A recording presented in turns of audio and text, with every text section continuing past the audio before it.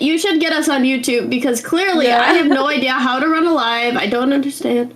Well, people in the live, hello, what's up? So we're trying to figure what's up, out we're trying to figure out TikTok at the moment. Can y'all hear us? Fine. I wonder. What the hell? What the hell is happening? Honestly, maybe I don't know. I don't know what's happening with your life. I actually just forgot how to invite people. Okay. That was my fault. I got it. Hello, everybody on the TikTok.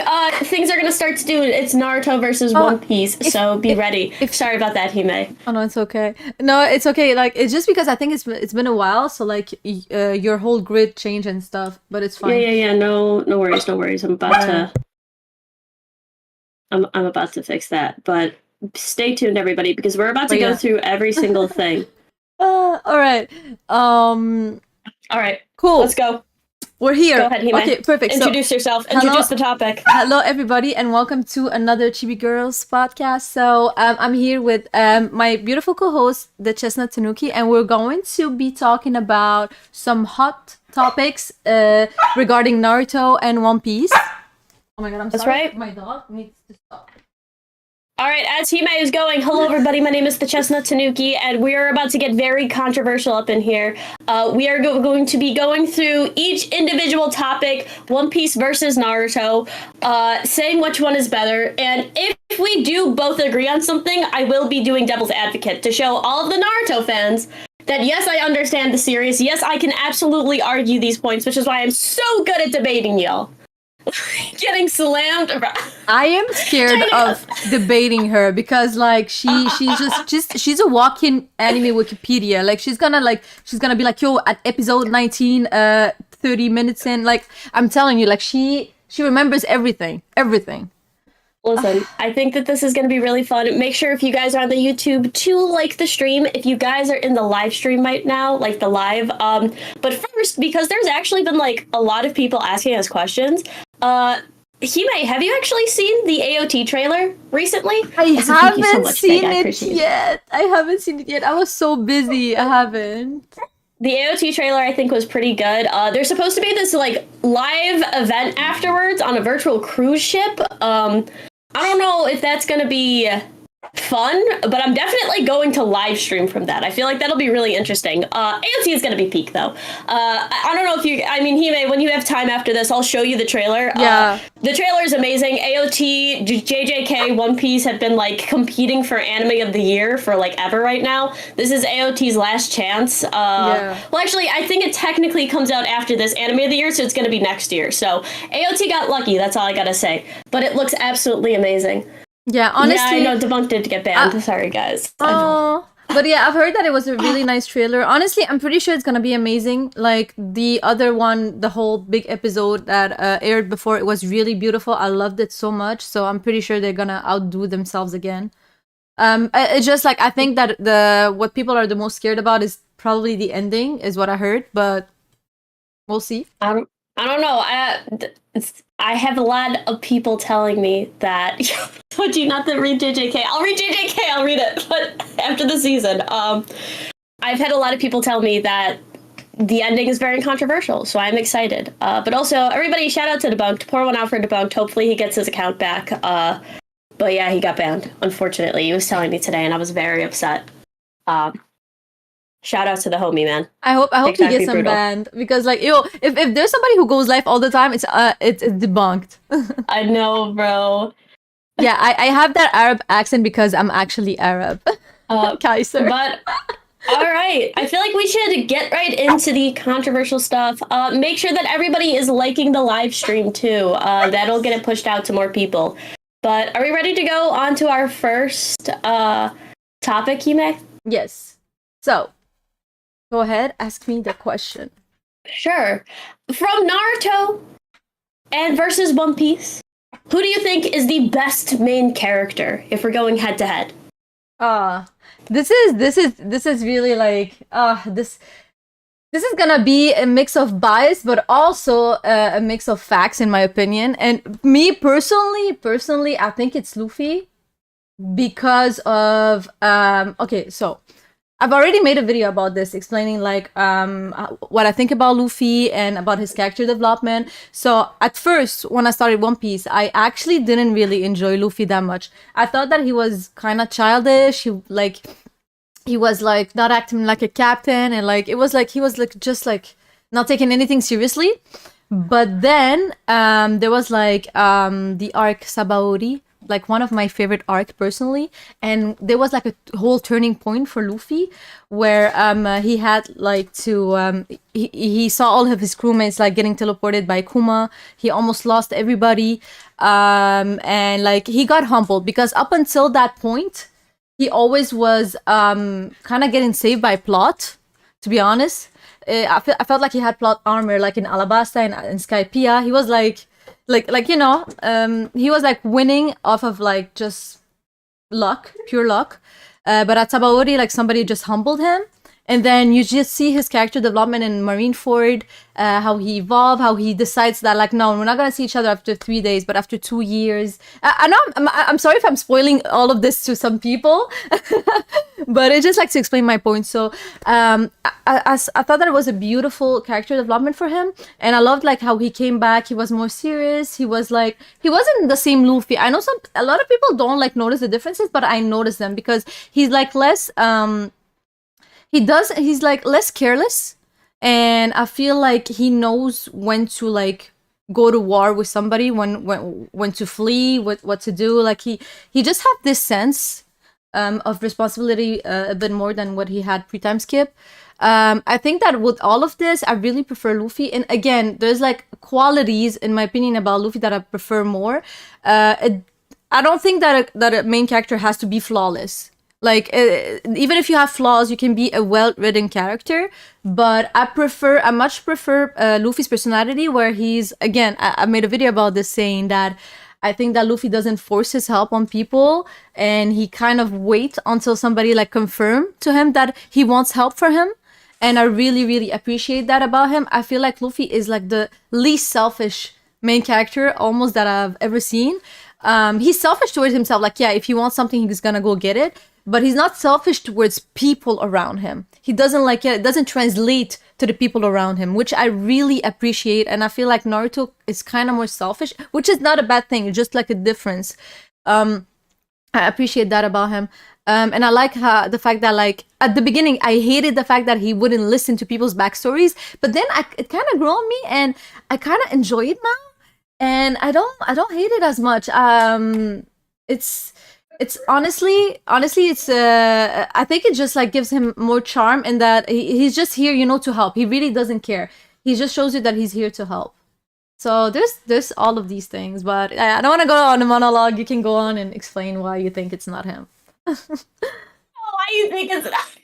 Sorry, I spoke so long. I can speak the whole day about. Bro, you're not being as toxic. This is supposed to be a toxic stream. So because you didn't bring the toxic energy that I wanted, Hime, I'll bring it. Don't worry. Luffy absolutely negs Naruto, and it's for none of the reasons that Hime mentioned, because Hime was way too nice. The reason that Luffy is a better main character than Naruto is simply because Luffy is better written. Naruto goes through this thing that I like to call circular character development, in which he continuously learns the same things over and over again, and yet never makes steps in his life to actually change them. And we see this countless times. I don't understand how many times Kishimoto is going to show us that Naruto is forgiving, or somehow understands that the main villain has issues too. It's every single villain. Every single villain has the same theme, that Naruto disagrees with them, learns that they had something bad happen to them, and then tries to reconcile. And yet he doesn't take any steps to further this. He doesn't take any steps in his real life to try to stop this from happening again. The only thing that he does is he just tries to change people after they've already done it. It's like, maybe there's something wrong with society at a certain point, but he never understands that. And so he's constantly going through this. I hate this villain. Oh, this villain might not be that bad. Oh, I can change this villain. And then the villain just agrees with him. And I feel like if there was any actual pushback, like substantial pushback with Naruto, he would have no idea what to do, because he's never understood that people can disagree with him and have a different worldview while also having bad things happen. And the best example is Luffy and Orochi, because Orochi had horrible things happen to him. Absolutely god-awful, horrible things. His whole family was killed off.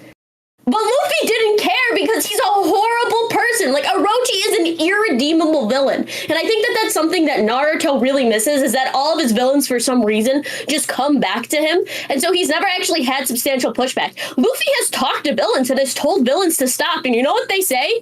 No. And because he has this pushback, people literally are like, okay, Luffy now knows that there are certain villains that he can change. Like Buggy, for example, certain villains that he can't change, and certain villains that he can work with. And it's something that's really interesting, and it helps him progress as a character throughout the story because he realizes that there are differences with people, and so he now treats people differently based on that, where Naruto doesn't. There you go. So I also have so since we can be toxic, I will like say my toxic things. You're right. I was being too vanilla and tame for my own good. So okay, so listen, everybody. Just disclaimer. I love Naruto. I've watched it all. Everything about Naruto is amazing, but Boruto. Let's not talk about this atrocity. We can talk about it. It's not that bad. All right. All right. So now. Okay, regarding Naruto, if there's something that I never understood is that Naruto is the type of guy, okay, that he wants to help everybody. He wants to be the therapist of everybody around him. He wants to heal everybody, but he never heals from his own trauma. I don't know if you guys noticed, but like he helps everybody around him throughout the whole series, but he never deals with his own trauma.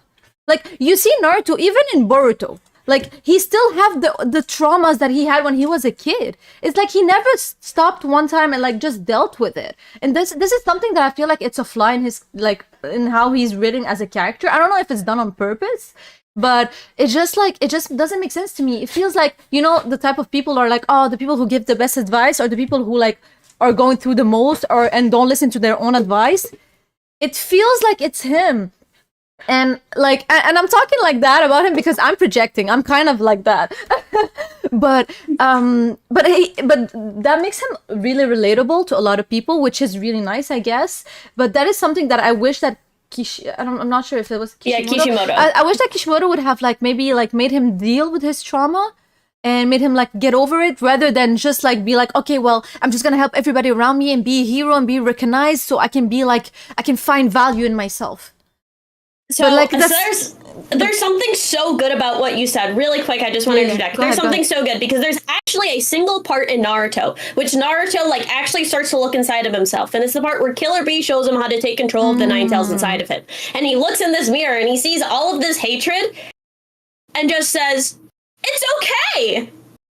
What? That's how you write inner trauma. And it is so crazy that that's how Kishimoto decided to deal with Naruto's inner trauma, is to just have him forgive everybody and not even think that there's anything wrong with the system around him. There's nothing wrong with that, where it's like Luffy will look at something and he'll look at a system and he'll say like, the warlord system is kind of weird. Like, I don't care if you're sanctioned by the world government. I'm going to go against you. The world government kidnapped my friend for no reason. I'm going to declare war on the world government. Naruto becomes Hokage and doesn't change anything within the system and becomes a pencil pusher. And it's crazy because the one time where he's actually able to dissect his inner trauma, he doesn't. And he just forgives. And he's like, okay, I'm past it. And then nothing. Ridiculous. Sorry, Hime. Go ahead. I want to say also thank you, Doc, for telling everybody to like the stream. Like everybody the stream and the TikTok live, please. So and also there's something that irks me a bit is that two things actually. The first is that like if there's something, okay, when I was younger, I didn't really like, I didn't care. I was fine with the fact that like, oh, we can talk no jutsu our way out of every situation. When it comes to Naruto, I feel like it's really like, it's cute, it's genuine, it's nice for kids and stuff like that. But when you become an adult, you look at it in a different way, in different perspective, and you tell yourself like, this is not real life. This doesn't make sense. Like, and again, I'm projecting because I forgive everybody, which I shouldn't. But but the thing is, like, I wish that maybe in Shippuden, like in Naruto I understand, but in Shippuden maybe not in the beginning, but near the middle or the end, maybe like not forgive everybody and be able to sway everybody. I know that it's like his power, but I guess it's like a preference at this point that I would have. Like, there's people who are just villains, okay? They're villains. You can't do anything about it. You just have to beat them up, and it is what it is. Like for example, I think that's what makes Naruto's villain cheap. So like Obito, I feel like he was the worst villain of like the history of villains. I'm sorry. It's just and Pain. I feel like it ruined the whole Pain thing. I don't know about you guys, but I feel like if they were to have stayed evil and then they would have gotten beaten up, and then maybe after a while be like, oh, you know what, he was right. But he would have gotten beaten up first before like getting the Talk no Jutsu. Maybe I would have preferred that, if you see what I mean. So there's this thing with Naruto villains, and a lot of people will always say, well, Naruto only Talk no Jutsu'd a couple people, but here's the main thing, is that even when we're looking at even in like filler arcs of Naruto, which people don't even want to bring up, it's not canon, so I won't use it in an argument, but this does happen all over Naruto. But even in the beginning of Naruto literally looks at people, like he looks at Haku and is like, you're not evil, you're just misunderstood. It's so sad that these people are doing this because there was something bad that happened to them. When it's like, didn't they like crucify this one kid's father?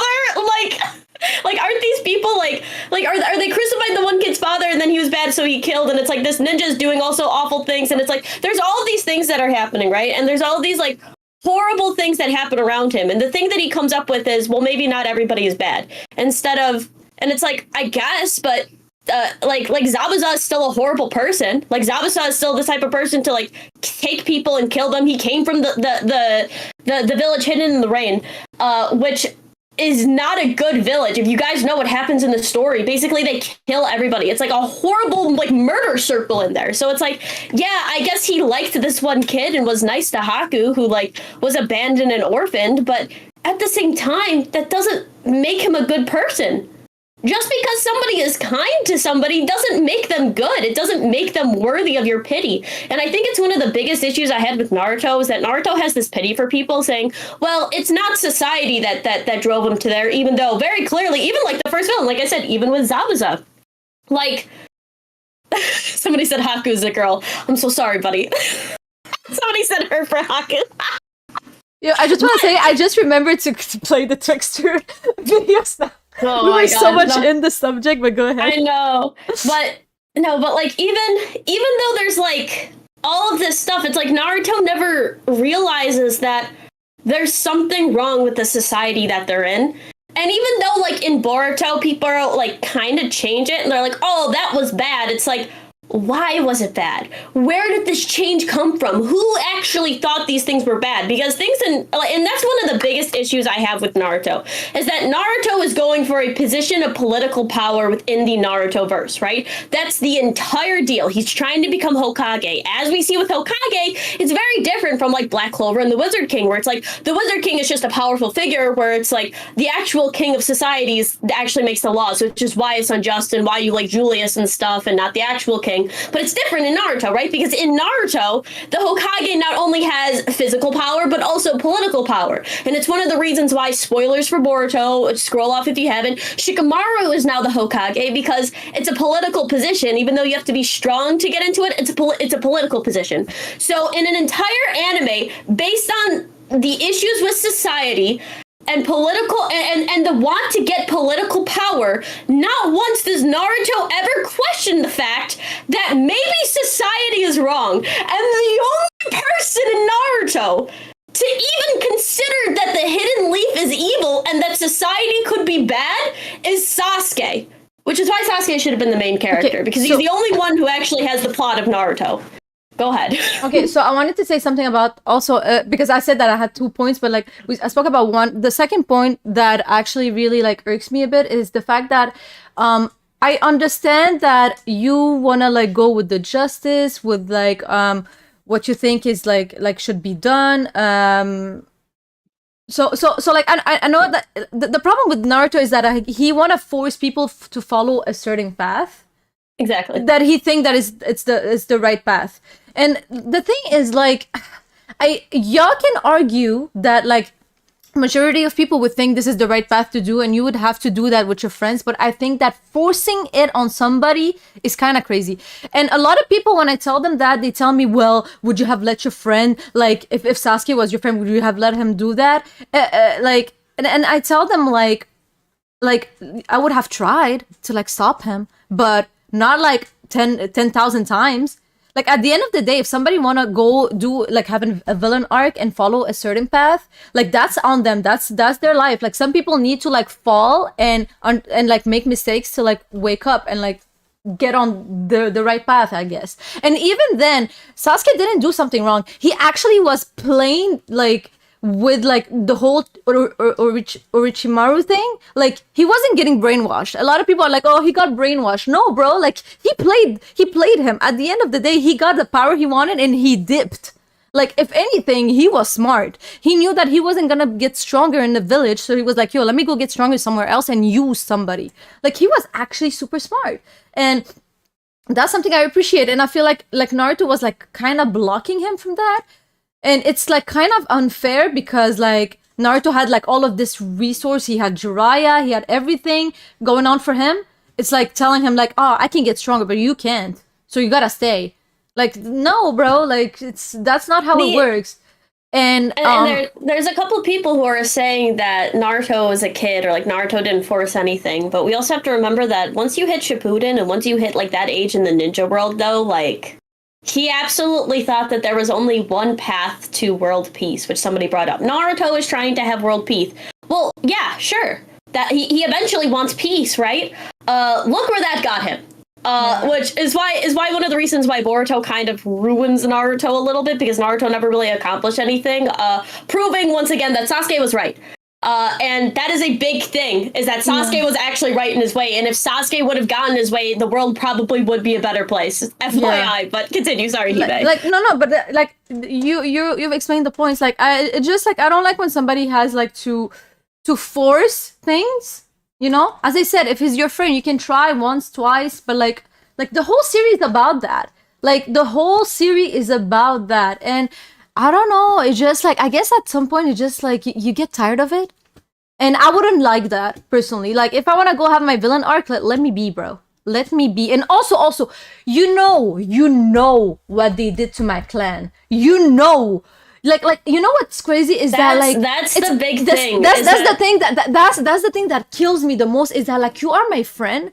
You know what they did to me, to my family, how they like what they had made my brother do, and you don't even like make them accountable of their actions. You want to like, it's like you want to plaster like the wound. Like you don't want to like heal the wound. You don't want to go to the root of the problem, which is the village itself.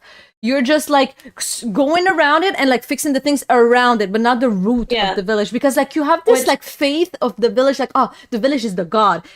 I need to follow this god, you know? This is how I see it. Like he's like, oh, I cannot touch this. So I made a video before saying that Naruto in the One Piece verse would be Kobe, because he tries to work within these systems and in society instead of working around it. Where like Sasuke, if he was in One Piece, would be Luffy. And a lot of people are saying that Sasuke would rule for fear.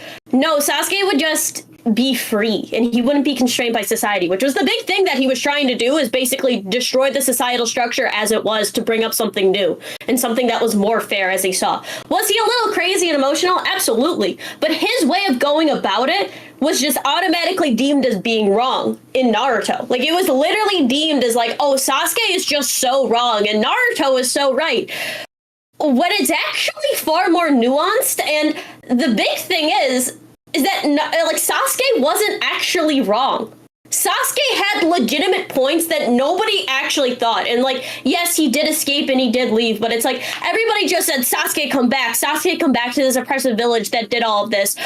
Well, we can change you. We can find a way to do this. And it's like, why would Sasuke ever come back to that? And that's what Hime is pointing out. Like, why would Sasuke ever willingly come back to a place where his people were oppressed, his people were genocided, and he doesn't have a say? And even after we see he came back, and what is he? He's ostracized. Like, he ostracized himself. He feels horrible for being right. For being right that the system that their Hidden Leaf put in place was horrible. And it's something that's crazy that they never actually... They never just, like take Sasuke's ideas and be like, maybe this isn't the right way to do it. Maybe the society shouldn't be run by people who are just really strong, and maybe there needs to be other systems in place. And they never see this, but the only person who does see this and sees that there is stuff wrong, I'm not saying everything he did was right, But Sasuke actually sees this. Yes, he sees this from a very emotional lens, which is why he wants to rule through fear. But I think if there was actually some sort of conversation in between, like, what's actually wrong with society? What would you change? What do we need to do? Like, the entire thing of a Shadow Hokage is fantastic. It's one of the best things that happened, and it's kind of what Sasuke wanted to do. He wanted to run stuff from the thing. And Jalopy, hello, Mr. Jalopy. I do see you in there now. He did want to have a dictatorship, but how is that any different from the Hokage system?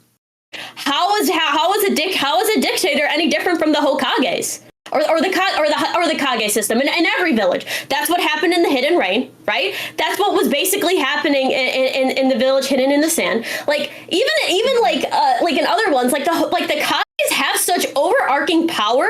Who is going to oppose them? And it becomes this weird feudal system where it's like Sasuke wanted to just get rid of these weird like political and societal constraints and just rule things.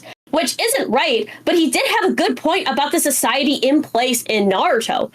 And it's crazy to me that people just say that Sasuke was wrong and Sasuke was bad when he had legitimate points to bring up. Like, Sasuke was right the majority of the time. He just didn't have the full picture. Like, he just was like, oh, instead of having it, I'll just replace it with I'll replace it with my system and I can do the Hokage system better. Like, I can be a better Hokage, where it's like, no, the entire Kage system needs to be completely thrown out in Naruto. It's because, like, you know, like, it's upsetting because both of them came from a system that failed them. Yeah. So, like, you have like Naruto, like, the system failed him. Like, and also Sasuke, the system failed him, both of them. But, like, it's like one of them woke up to it and like, yo, this is corrupted. Like, I don't wanna participate in this corruption. And then there's the other one who's like, it's okay. Let's just make friends and let's just, like, follow the rules and we'll be fine. I can change him, bro. That's what Naruto said to the Hidden Leaf. I can change him. I can understand, like, Naruto would be like, okay, I'll become Hokage and change the structure of the society, but that's not his goal. Naruto wanted to become Hokage to be, like, you know, a hero, to be needed. It wasn't to change, like, society and to make it better and, like, to end corruption. Like, I mean, if it ends up, like, if he ends up doing it, like, with time, I guess that's good. But that wasn't his main goal. So like, it's upsetting when you have that friend who goes after you and want to try to get you back into this corrupted system while the system failed him too. You're like, yo, what is wrong with you? Are you are you this needy of attention to like are you that scared of being alone that you're fine with being in a corrupted system just to, like, have friends around you that loves you and, like, accepts you? It's also Jalopy, I see what point you're trying to make, but that's not the point what we're talking about. We're talking specifically about the fact Naruto as a character never addressed the societal issues within Naruto because he never did. He never addressed society as a whole. He always thought of things about the individual and focused on individual actions when the entire point of the series was Naruto becoming a political figure as in being the Hokage. The Hokage isn't just a power position like in Black Clover. It is a political position. And with a political position comes the fact that you have to actually understand how politics work with society. There were a couple things in OG Naruto that actually dealt with the feudal system that was in place. But when it comes specifically to the Hidden Leaf, even though certain people were seen as bad, like Danzo, there was never actually a thing that maybe the entire political system of the Hidden Leaf was wrong. The only person to point that out and to see the corruption and that the entire Kage system in general is basically, as you said, dictatorships. It's a feudal system based on power. The strongest lead. So why say I can fix this when you're like, well, I understand that the system is wrong, so I can put one in place better. Was Sasuke able to do it better? He probably wouldn't, but he did see those issues. And the fact that they never addressed those issues and that Naruto never saw anything from his perspective while being the person to say that I've been in your shoes and I've been in that pain and to just be like, it's okay, now that I'm Hokage, everything will be fixed, I think is crazy. And it's just like, it's like, dude, like the entire anime is a political anime and it's about all of these things. Was like Sasuke emotional? Absolutely. Which is why he thought that he could just do it better, which was never the answer. the answer was always to get rid of the system and put something else in place, which they still haven't done, but whatever. I guess it's better because Naruto was in charge, but it's like now the next person who comes in after, like, you know, the next, like, what if it just happens again? Which is the issue, is that they never, like, Naruto never really fixed anything. And I think that Boruto really just it exacerbates the fact that Naruto never put any systems in place to actually help the political system in the Hidden Leaf. And he kind of just was in there and it's just like, well, I'm a good dictator. I'm a good leader. And it's like, what about the next person? What about the people after? Like, as technology advances too, like, more and more people can gain this weird power. Like, so it's just like, he never did anything, which is why I personally like Luffy better, because Luffy actually does something within the world of politics, and One Piece actively goes against systems that are corrupt, where Naruto works within these systems without actually changing the basic structures. And it's one of the biggest issues. Mm-hmm. But again, like, it doesn't, like, but it's you know, that's the thing. Like, even if, like, Naruto is like we're saying all of these things about Naruto, like, it doesn't mean that he's not an enjoyable character. We just want to like remind you guys, we both like love Naruto. Like, it was one of the first anime I've watched. It's just like, you know, stuff that, like, inconsistency that you see when you become an adult and you've watched like plenty of shonens, where you look at it and you're like, I'm not fine with that. Like, I wouldn't like that. You know, it's like it's the same thing when you grow up and, like, you thought you liked the character, but, like, you understand why the other character was being mean to this character. So, like, for example, SpongeBob. Like, you know, you grow up and you're like, I'm Squidward. You know, like like you just grow up and you understand these like, things. And yeah, like, and the main thing was, why do we like Luffy more than Naruto? And it's like, because Luffy, even though he doesn't understand politics, and he's not trying to become a political leader, he's just trying to become free. The entire One Piece anime is about politics. You know what I mean? Like, the entire thing is political. If you watch One Piece and don't think it's political, you need to rewatch One Piece. The entire thing is about, like, oppressive systems and stuff. But Luffy actively works to dismantle these systems, even if he doesn't think about it, which is really fun to see. Whereas Naruto, like I said, he has this thing where it's like he never understands that it's the systems in place and blames it mostly on the individuals, which is why you see him act on individuals all the time. That's where the talk no jutsu comes in, because everybody is always doing it. He blames it on individuals. And somebody brought up a really good point. Somebody brought up an excellent point that Orochimaru was given a slap on the wrist for human experimentation. What?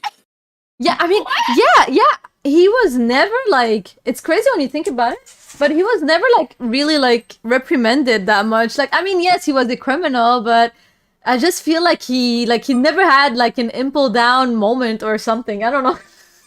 And that's the biggest thing. It's like there's never punishments for people who do things that are bad in Naruto. It's the slap on the wrist, and then society, you know, made you like this. And then there's no fixing society. And we forgive everybody. And that's what, yeah, and the thing is that you can say, well, you're talking more about the story of Naruto, right? But Naruto is a political figure now. Naruto is the Hokage. So when you have a political thing and you don't do any changes to it and you just work within the system, it becomes a detriment to your character. And that's why, like, if this was just Shippuden, you could be like, well, what could Naruto do? He's just a single ninja. And it's like, well, there's a ton he can do now. And he never did anything. We never saw these changes. And it's like, that's why it's like, it's literally like if a president comes in and he's a good president, everybody loves him, but he doesn't change anything. He doesn't put new laws in place. And then another president comes in, and all of a sudden the same systems that were in place under the good one, he's a bad one, and he just takes all of the rights away. And it's like, what the hell? Like, well, like, what are you doing? I thought that the last guy was so good, but he didn't change the systems around us. And I doubt in Boruto they're actually going to talk about the systems and talk about stuff. Because at this point it's just about, like, cool aliens fighting other aliens. But it was one of the best things about Naruto was the political undertones, and I feel like Kishimoto didn't deliver with Naruto as like Oda is doing with Luffy. And Oda is doing really fantastic with these political themes that he's doing, and as One Piece progresses, we get more of these politics in there. Like we get more about how systems of oppression and discrimination actually affect people, and how revolutions will actually start because people are being so oppressed. Things about, like, food shortages and starvation and things. So it's like that was like the entire concept of Wano, is that, like, the people of Wano are starving because the oppressive systems are quite literally poisoning the land with their factories. Like, it was completely anti-corporatist. Like it was anti-corporation, and Luffy was obviously on the side of the people, and it's a really good way. So it's like, I know this got into a very big No, it's political okay. thing, Honestly, but honestly, again, it's we're again. I wanna like really re-say this, like repoint this out. A flawed character, like okay, so it's okay to like have a character that has flaws. A flawed character doesn't make him a bad written character. I just want everybody to understand that we are not saying that he is a bad written character or anything, and we're just saying that like these are like little loopholes, I think, that we found, that just we it's okay to have them. It's just like I wish Kishimoto would have like solved them by the end of Naruto, is all I'm saying. Because that's it. because even Luffy, like he had a lot of flaws and he still have some. It's just like, you know, with time we're seeing that like he's fixing the flaws, like he's fixing like these character things. flaws are good for character. Yeah, but I'm talking about the we're just specifically talking Jalopy. I don't think we're missing much on this specific this specific like facet of Naruto's character, which is the influence he has politically that was never developed. And especially when you're comparing two characters and you're comparing Oda and Kishimoto, I think it's clear that Oda has far surpassed Kishimoto in terms of political commentary, especially with his main characters. I mean, there was a lot of political commentary in both series, and yet only one series has consistently delivered with its themes of anti-corporation, anti-oppressive governments, giving land back to the people that they own. And it's like Oda has delivered time and time again, like anti-discrimination, generational racism. Like these are topics that are brought up in One Piece time and time again. Where in Naruto, these concepts are started and they start to develop, but they're never finished. And especially when somebody gets this political power, systems are still put in place. And it's very upsetting that a huge facet of Naruto was just never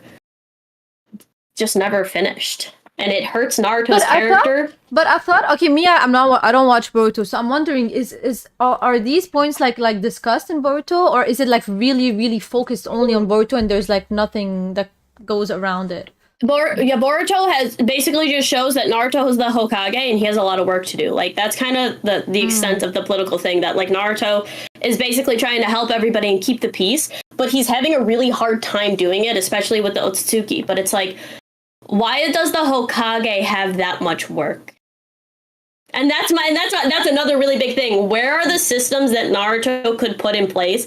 Because let us be completely honest. As the Hokage, Naruto should be able to go out and protect people without having to do paperwork. Why is these menial tasks all thrown upon... Like, this is another issue. Like, it's just all thrown upon the Hokage.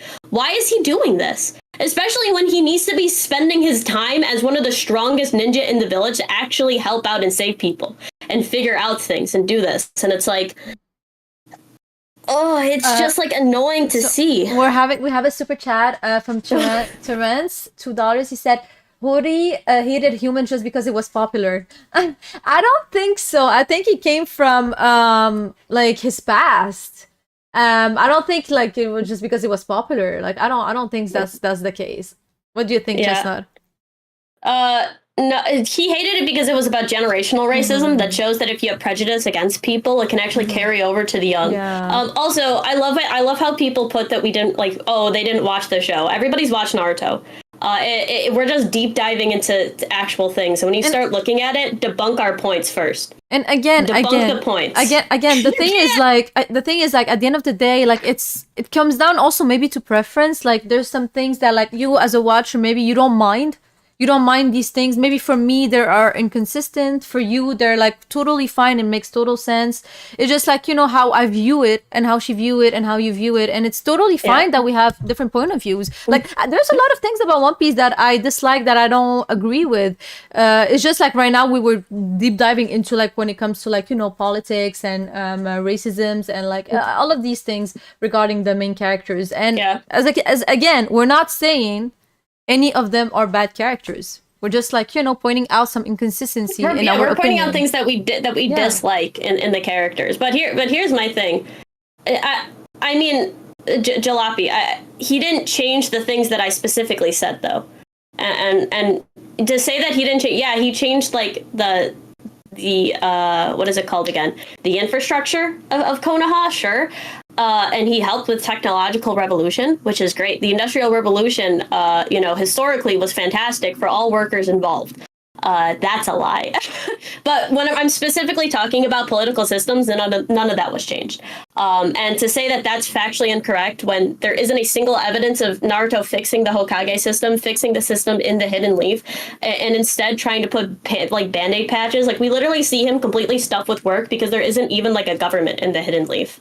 Like, there was all of these, like, really influential, like, old people before, but did he actually fix that, or did he just put people that he thought were good in those positions? Like, is there a vote?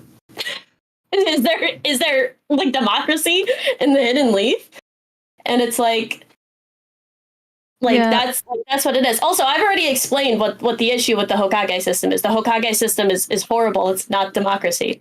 Like I said, it's literally the good dictatorship. You either have good Hokages or bad Hokages. And as we see, there are Hokages that make horrible decisions. These decisions should not be made by a single person and a couple people behind the doors. And again, to be fair, we see this same theme in One Piece as well. Like, don't get us wrong. Like, One Piece has dictatorship, and One Piece has the worst dictatorship of anything. It's like somebody comes on an island and just like decide this is my island, and they just like they can be atrocious, like just because like they're like linked to the government, and the government doesn't have like anything. They're like, oh, let's protect the citizens. No, it's just like, oh, if it's part of the word government, like the royalty over there do whatever they want to do, and this is really bad. It's really, really bad. Like, don't like.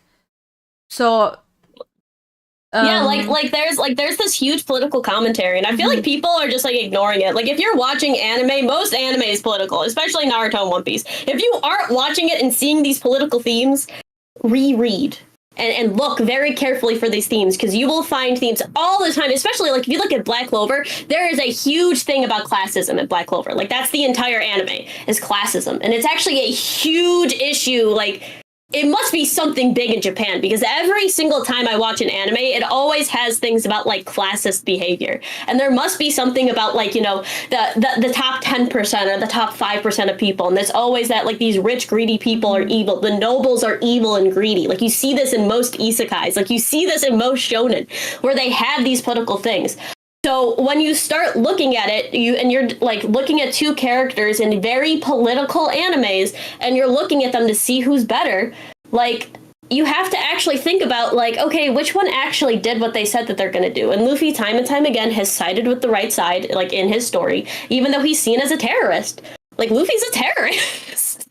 Like, you know what I mean? He's a criminal. Like, yeah, he is, but why? And it's because he's dismantling these systems. And it's like in One Piece, you see these systems brought up and you see things done about it. Like the entire Reverie, where they said that the warlord system was absolutely corrupt, and then Cobra got murked because he stood up against these systems and stood up to try to figure out the truth of the world government. And then you see in Naruto where it's like, why is there still a feudal system where all of the Hokage of like the strongest villages could just basically be like, no, and come together and actually figure out a way to bring democracy to the Hidden Leaf, where it's like in the One Piece world, there isn't democracy and people are actively fighting and there's a revolutionary. Like, this is a facet that isn't brought up in Naruto, which is a detriment to the story, in my opinion, that there aren't people who actively go against the Hokage system and everything is wonderful, even though we see very clearly with the genocide that they're able to do on certain groups of people based on their powers, it's totally corrupt. It's crazy to me. And it's crazy that Naruto never once actually deals with these. He never goes against these. It's like it needs to be said that like the political power in the Hidden Leaf is massive, and they need to start using their power better. And it's like, even like with Naruto, like he never actually fixed like the job of Hokage. Hokage is awful. It's a horrible job that literally you don't do anything except push paper and sometimes fight. And that's an issue. That's not what the job of Hokage should be. And it's like, you even see like he can't even take care of his family, and he's basically caused all of these issues. But I do think that I do think that this whole paperwork thing was done on purpose, just to showcase like a little like I just want to say we got 5 gifted membership on the YouTube from Imba, thank you. And we got a $2 from Turan saying Reese, Chestnut Reese. But so I think it was done maybe on purpose, this whole like working hard as a Hokage and not be able to see your family, because like I think they wanted to make Naruto realize, again, I'm not watching Boruto, but I would think that they want to make him realize that, yo, like you're not present in your kid's life, and you wanted that, but you're not even able to give that to your kid. Maybe that's like a character development for Naruto. But and he kind of is, and it's like they do actually catch on that, which is nice that they do have the development between Boruto and Naruto, which is great. But I think that that's more for Boruto's character development rather. Also, I am arguing with the TikTok for everybody on YouTube, and for those on TikTok, I know I'm smart, so we can continue with that because everybody wants to say. But yeah, it is funny, and it's like it's just like a lot of themes that aren't brought up, and I feel like people are dismissing them, saying like, oh well, that's not a big deal, or oh, what is he supposed to do? And it's like a lot. You have that power, you need to start doing that, or acting, or at least advocating. And I think that it would have been better instead of just having Naruto do useless paperwork, because let's be honest, what is this paperwork? We never actually understand what he's doing. It's always like, oh, I have to do this paperwork and this, that should be pushed off to other people. Like you should have like important things, but it's like he should be like actually talking with like, you know, multiple other villages, not just for like peace treaties and stuff, but to like see if they can change systems for people in the lower classes, especially people that are outside of these major cities. And it's something that's also never talked about. Like we see in OG Naruto how horrible and desperate and desolate certain places are, and it's never talked about again. And this wouldn't be an issue if Naruto wasn't in a position of political power, which he has the most pull in. He is one of the most powerful people in the world politically. Let's get that completely straight. I feel like people are like, it's just a Hokage position. Naruto has the most important political position in the series. He is the Hokage and one of the strongest Hokage. He has single-handedly saved the world multiple times. He has this power. He has a lot of pull, and he needs to start using it appropriately. Sorry, Hime. No, it's okay. We can go to the next question. Yeah. Oh, I'm so sorry. I feel like I'm totally ranting. No, it's totally fine. No, I mean it's totally fine. It's your opinion and how you analyze the story. That's completely fine. Like we live in a free country. Everybody can say whatever they want. But all right, go ahead. We can do the next one, Hime. I think who's the best antagonist? Right? No, Deuteragonist. Deuteragonist. Sorry, I always mix them. Who's better, Sasuke or Zoro? Okay, obviously, this one has to go to Sasuke. I'm sorry, but a lot of Zoro fans are gonna hate me, but I don't feel like Zoro receives any character development really. Like he had at the beginning in East Blue when he was like, oh, like you're my captain, like, and also actually he received like I think like two times in East Blue when he became like, you know, part of like Luffy's crew, and another time against Mihawk when he's like, I'm never gonna lose to anybody again, and a third time against Kuma when he was like, yo, I will take the pain, like nothing happened, you know, nothing happened. So I think these are the moments where he gets like a bit of character development, but otherwise he's really static. I don't feel like he changes a lot, and I don't feel like he also like there's nothing really much that happens with him. He doesn't have a great backstory. I guess Kuina, and that's it. Apart from like wanting to become the best swordsman, I just don't feel like he's that like, I don't know, catchy, I guess. Sasuke just like, I feel like Sasuke is a main character by his own. Like he's just like he had this whole like story. I feel like he had as much screen time as Naruto, if anything. He had as much character development as Naruto, if not more. Actually, he had more character development than Naruto. He started off as this guy who like lost all of his family, who was brainwashed into thinking that his brother was a villain, and he was working towards like a goal where like he had to eliminate him, and then he wakes up from it and he understands the corruption that is happening, and he goes on his own path to become like, you know, to gain power, and then he comes back to the village, and he, you know, like there's so much key points that makes him such a better character because he has so much character development. He has like this crazy backstory, and I think that I think that it's not Zoro's fault, since like there's so many characters in One Piece, and I think Oda has to like focus on so many people. When in Naruto you see that like there's like special treatment where like the focus is mainly on Naruto and Sasuke. So like they have way more screen time, way more time to like get like their character development compared to Zoro. So I think it's like unfair to compare them, but Sasuke gets it just because of all of these points. So I would agree that Shippuden Sasuke is better than Zoro. So like end of Shippuden Sasuke is better than like current Zoro, right? But if we're talking about OG Naruto Zoro, OG Naruto versus pre-time skip Zoro, I would say that Zoro takes it, honestly. Because I think that a lot of people actually underrate pre-time skip Zoro, but post-time skip Zoro, I agree. He doesn't get any development. He doesn't really get too much shine except for his strength, where it's like Sasuke and Shippuden genuinely developed into like a Shakespearean type character with all of these things. But because you went and you said a lot of nice things about Sasuke, let me just bring up some points about Zoro, specifically pre-time skip Zoro versus OG Naruto Sasuke, because there's actually a lot of really good things. And it's like Zoro actually has a ton of character development in the first half. In pre-time skip, Zoro basically states that he wants to become the world's strongest swordsman, and he will basically do that because of his fallen friend. And when he loses to Mihawk, he states he's never going to lose again because now he actually has people to fight for and to fight with, and he has this like really strong loyalty bond to Luffy, which is basically like his new Kuina, this new person. But throughout the series, and I've said this multiple times, Zoro is the moral backbone of the Straw Hat crew. Specifically, I think one of his big breakout moments is definitely during Water 7 in Eni's lobby, where he is quite literally telling the crew how to be a crew. Zoro is obviously the most mature out of everybody in there, and even like Sanji. Like, Zoro is just such a mature character. And he has to guide everybody basically through like incredibly tough trials and tough times. And that's why he needs to be that strong, because he realizes when the Mihawk battle happens that there are people that are so strong and there are people on the crew that are so weak that he genuinely needs to protect them at any cost. And in Thriller Bark, we learn even at the cost of his dream. He also realizes that these people would not be a pirate crew and could not survive without being told and without him being the bad guy, which is why the moment in Eni's lobby where he basically tells Luffy, Usopp doesn't come back until he bends the knee because this won't be a pirate crew. And it's because he needs to have a captain that he respects and that other people respects, because he realizes that if he's allowing disrespect in his crew and people are not loyal, once they get to the Grand Line, they're screwed. People are literally just going to go after them. They're going to break up the crew.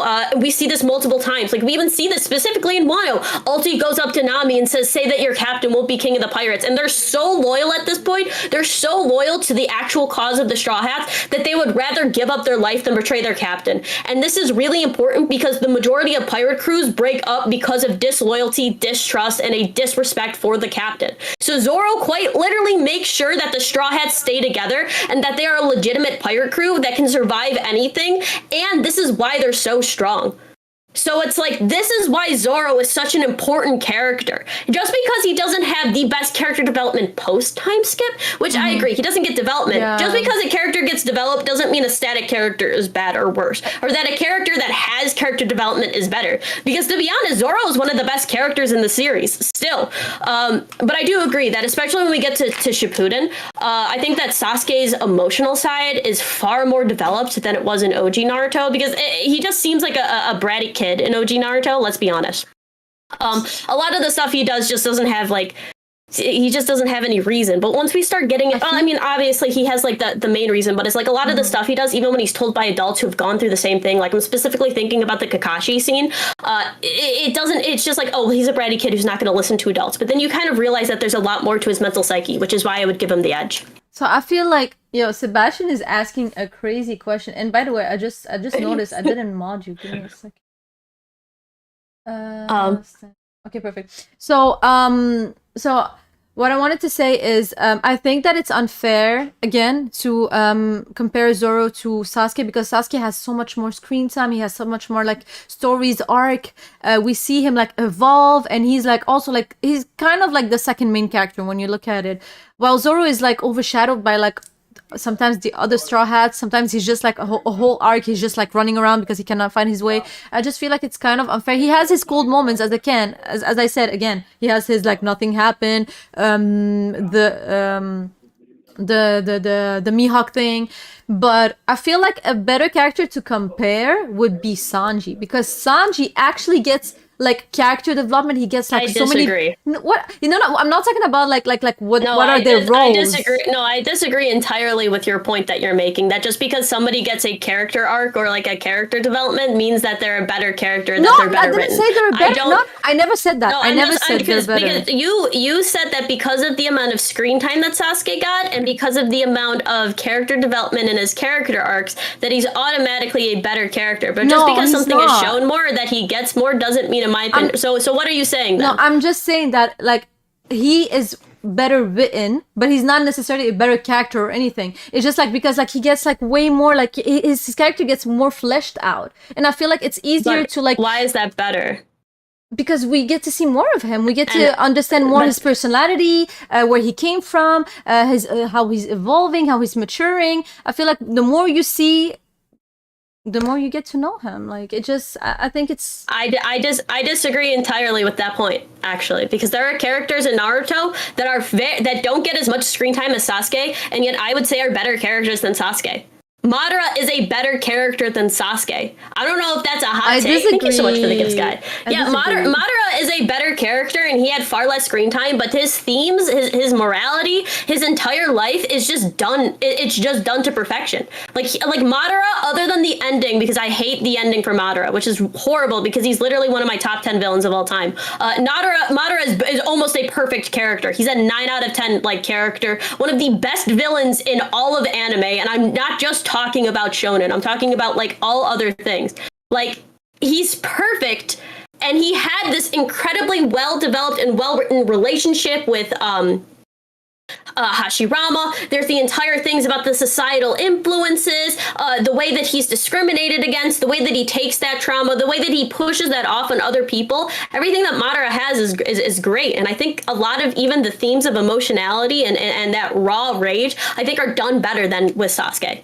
With Madara. I feel like Sasuke, like when you see like his like how he evolved, like when it comes to his like emotions, like his relation to the village, to his brother, to the Akatsuki, everything around, like I feel like there was, unfortunately, maybe I'm biased because I've seen more of him, or maybe because I prefer his character and I preferred his story. Maybe it's bias that is speaking, or preferences, but I just feel like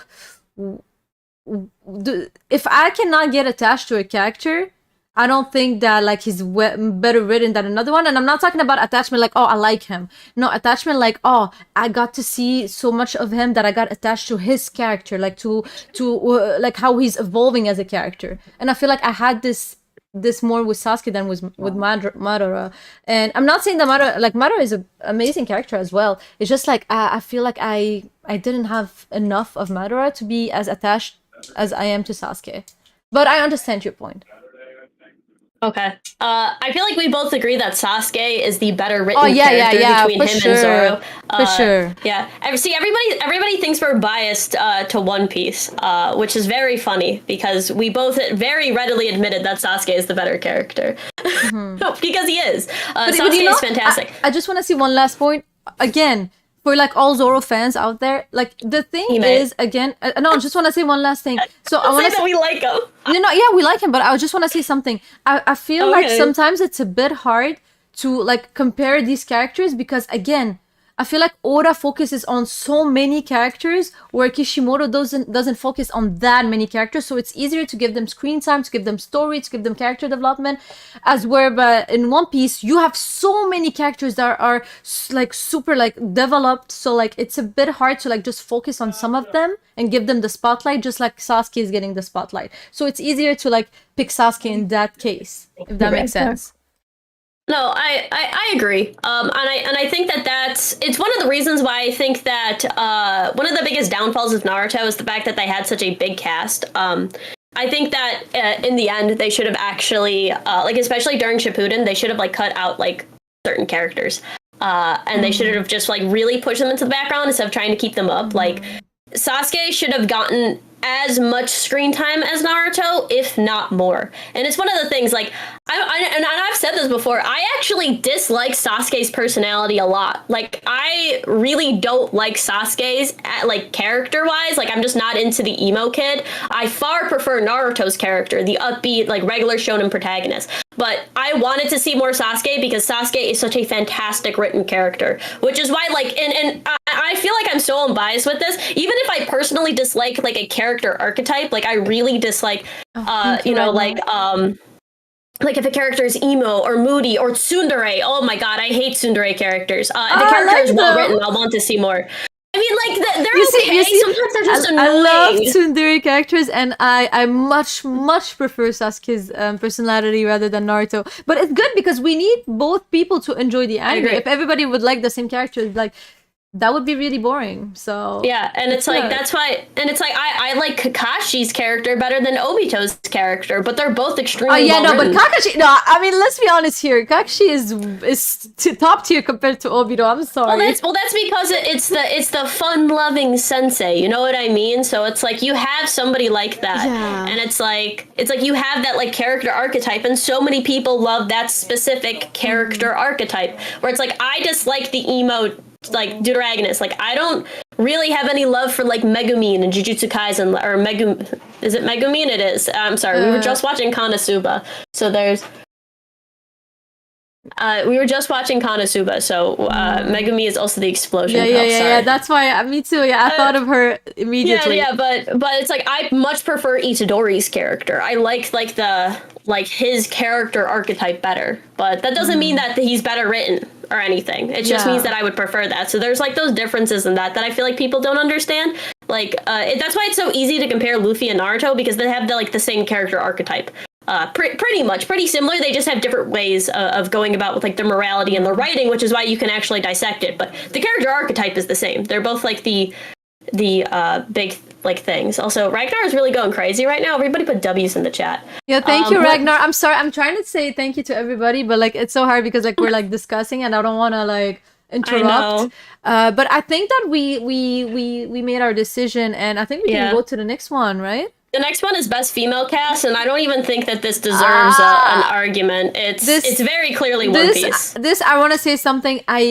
No matter how biased, listen to me. No matter how biased you guys are, we have to be honest here. And I'm not putting Boruto inside of the mix. I didn't watch Boruto, but if we just look at Naruto Shippuden versus One Piece, we have to be honest with ourselves. It's the One Piece verse. Like the females in One Piece are so much better written than in Naruto, and it's not even a debate, unfortunately. And it's sad because I really wanted nice female characters in One Piece, and I mean in Naruto.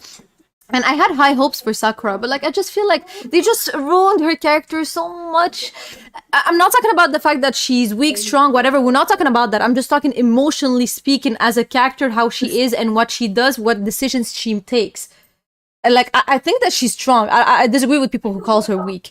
But when it comes to her personality, I just feel like, oh my god, like her character, like it just is illogical to me. It's illogical to me. And the infatuation with Sasuke just makes no sense up until Boruto as well.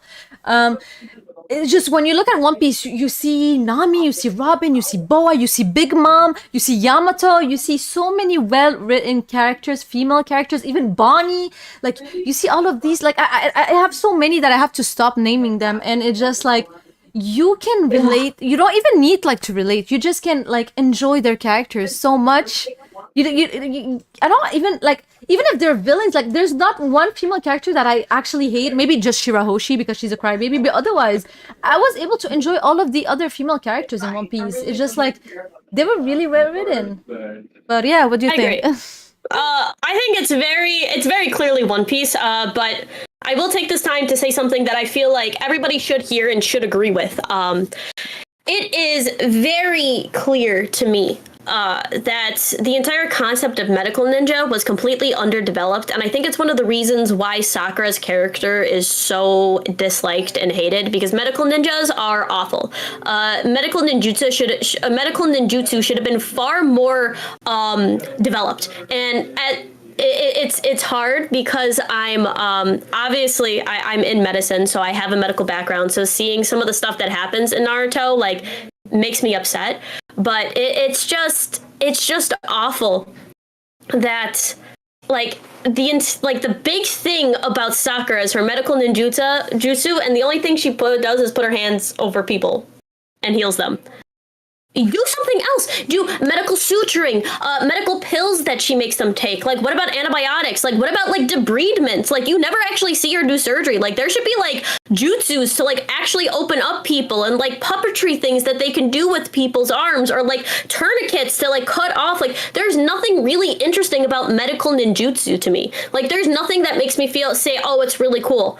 Versus, and I want to specifically bring up Chopper's medicine, because I think that Chopper's medicine is actually fantastic. Even though he's more of a pharmacist, with his medical knowledge, the fact that he can mix up medicines and give it to people, that is more of the job of a pharmacist. But like, even still, like Chopper actually like having the medical know-how, and especially like the introduction, like I think that was just integrated so much better. And there's so many different power systems that Kishimoto could have definitely done something with medical ninjutsu to make Sakura a better character. But that's just my opinion.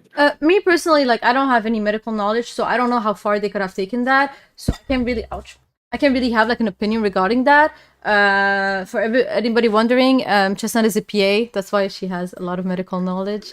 But otherwise, the problem is, like, you know, when you ask like people, like, you know, Naruto fans, like, who's your favorite like female, like female cast in Naruto? Like, most people would say Tsunade. And I agree with that take, because honestly, I also prefer Tsunade over a lot of like other female characters. But like when you ask them about One Piece, like everybody, like a lot of people will have different answers. Like, I mean, yes, obviously most men will say Robin, and of course she's beautiful, but still, like, there's like way more options to pick from, you know. But yeah, there is. But that's it. But that was it. Yeah, I feel like that's very easy to just pick One Piece. And I feel like this is going to be another easy one, because I'll just get this out of the way. Best sensei between Rayleigh and Kakashi is very clearly Kakashi, right? Okay, so there's something about Kakashi that I hated. Okay. Ooh, all right. Okay. Spit your hot take, I really like him as a character, as a person, and as a sensei, he's really cool. But yo, there was a clear favoritism, but like towards Sasuke. Like, he looked at Sakura and Naruto, and he was like, true. F y'all, I don't give a F. Okay, I'm just going to train this guy because I like this guy. So it's just like, I just feel like he was like, when you think about it, like, he was not like, he wasn't like equal towards everybody. So like, thank God Jiraiya and Tsunade existed, because otherwise, forget about Naruto Shippuden, like Sakura and Naruto, like, they would have never evolved. They would have never like gotten strong. So like, he's a good sensei when he picks you as his student.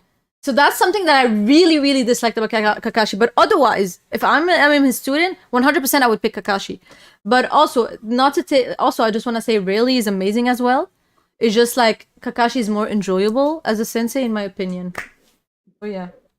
Yeah, I would say that Kakashi's character, I think, is far better, and it's far more enjoyable. I do see that favoritism in OG Naruto. I don't see it as much in Shippuden, so I'd have to disagree with you. I think that in Shippuden, Kakashi becomes more of a moral compass.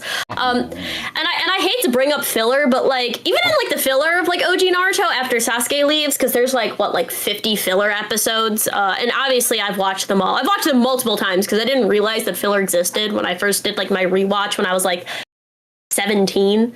Like my first rewatch of Naruto, I didn't realize that there was like, they were fillers. I just thought they were part of the actual story. So like, going back through, I actually really liked a lot of those characters. Not most Naruto OG filler isn't bad. Shippuden filler is downright unwatchable at times.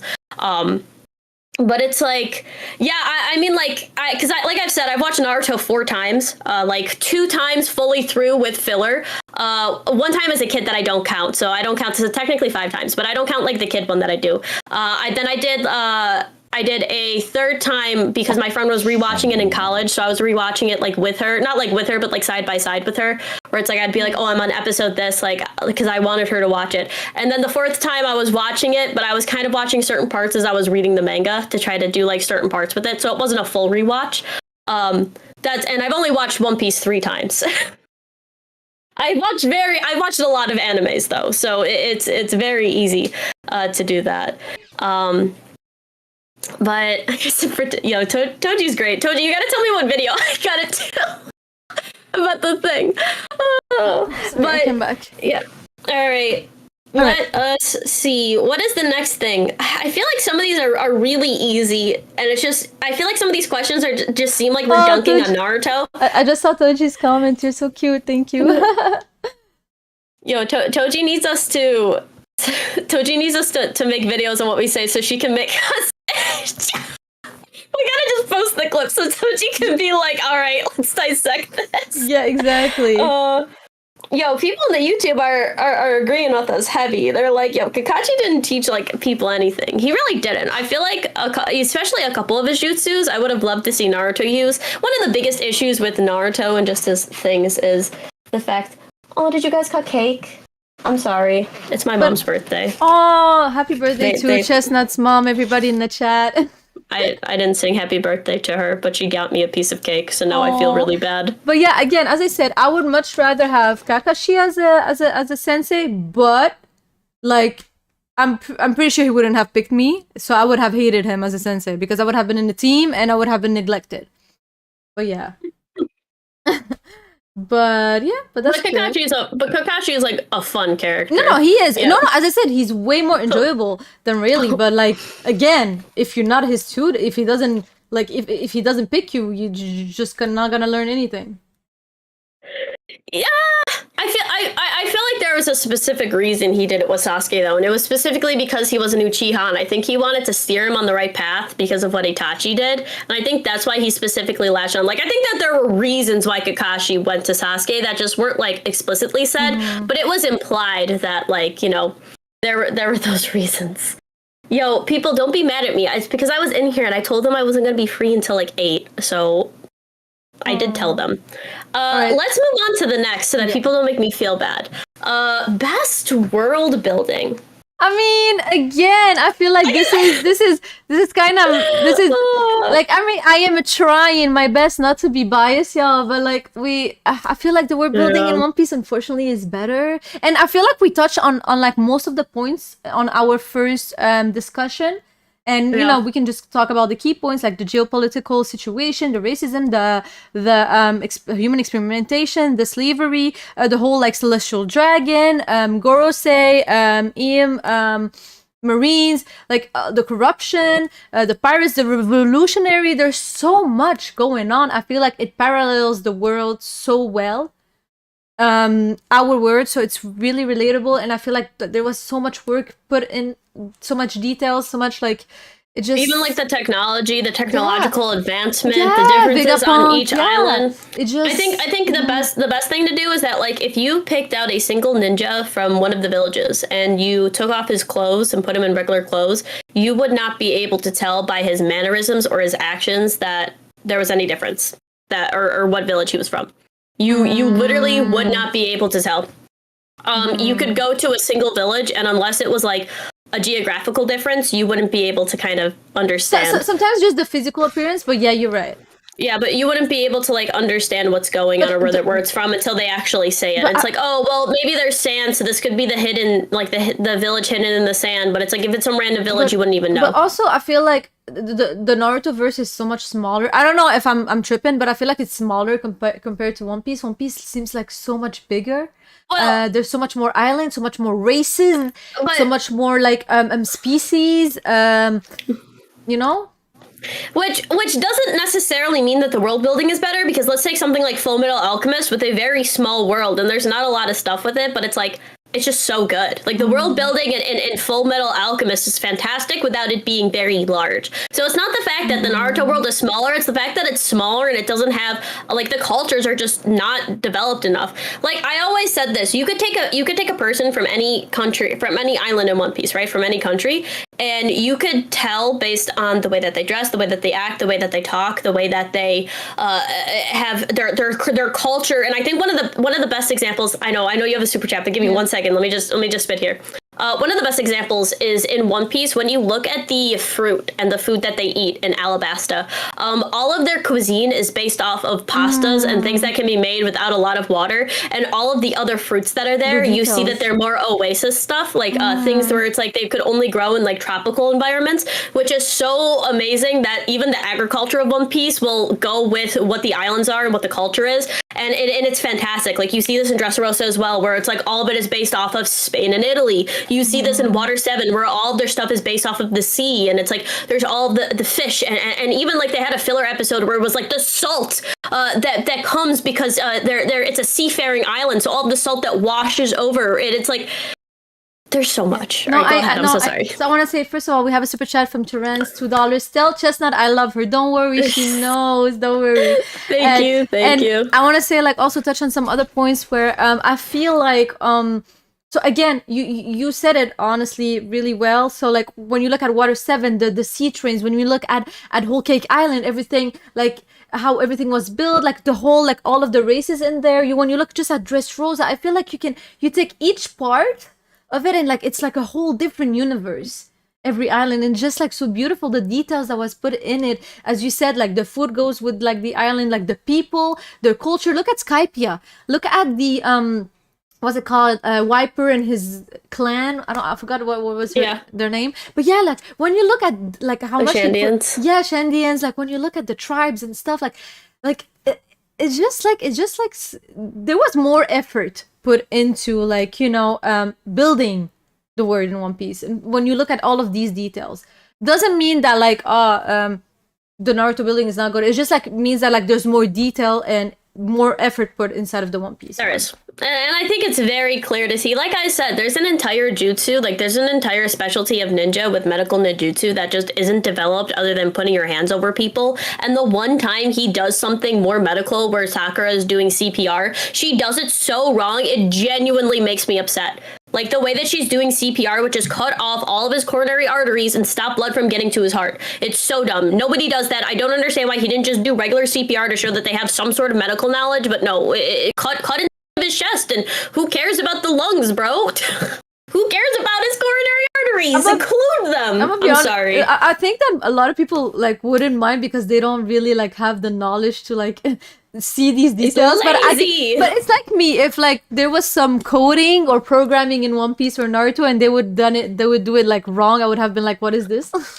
But I can understand. It's like a simple Google search, though. It's like a simple Google search could have just told them why CPR is done like that and why that, even though it looks cool, just hurts the world building. Especially when you're trying to build yourself up, as this is a medical ninja and it's based off of our real world medicine, and there's all of these things, and there's chakra points, and there's this and that, and then nothing comes of it. I think it's really interesting that you say that, because I know that Oda like makes a lot of research just by naming the people, by like the technologies he tries to explain, like how he explained you know, I think it was in Skypia, the things that like you can inject, you know how everything was like flowing on like clouds, the engines, and he's trying to explain it in a scientific way in every arc, like how this works, like why is this way, even like with Nami when she navigates.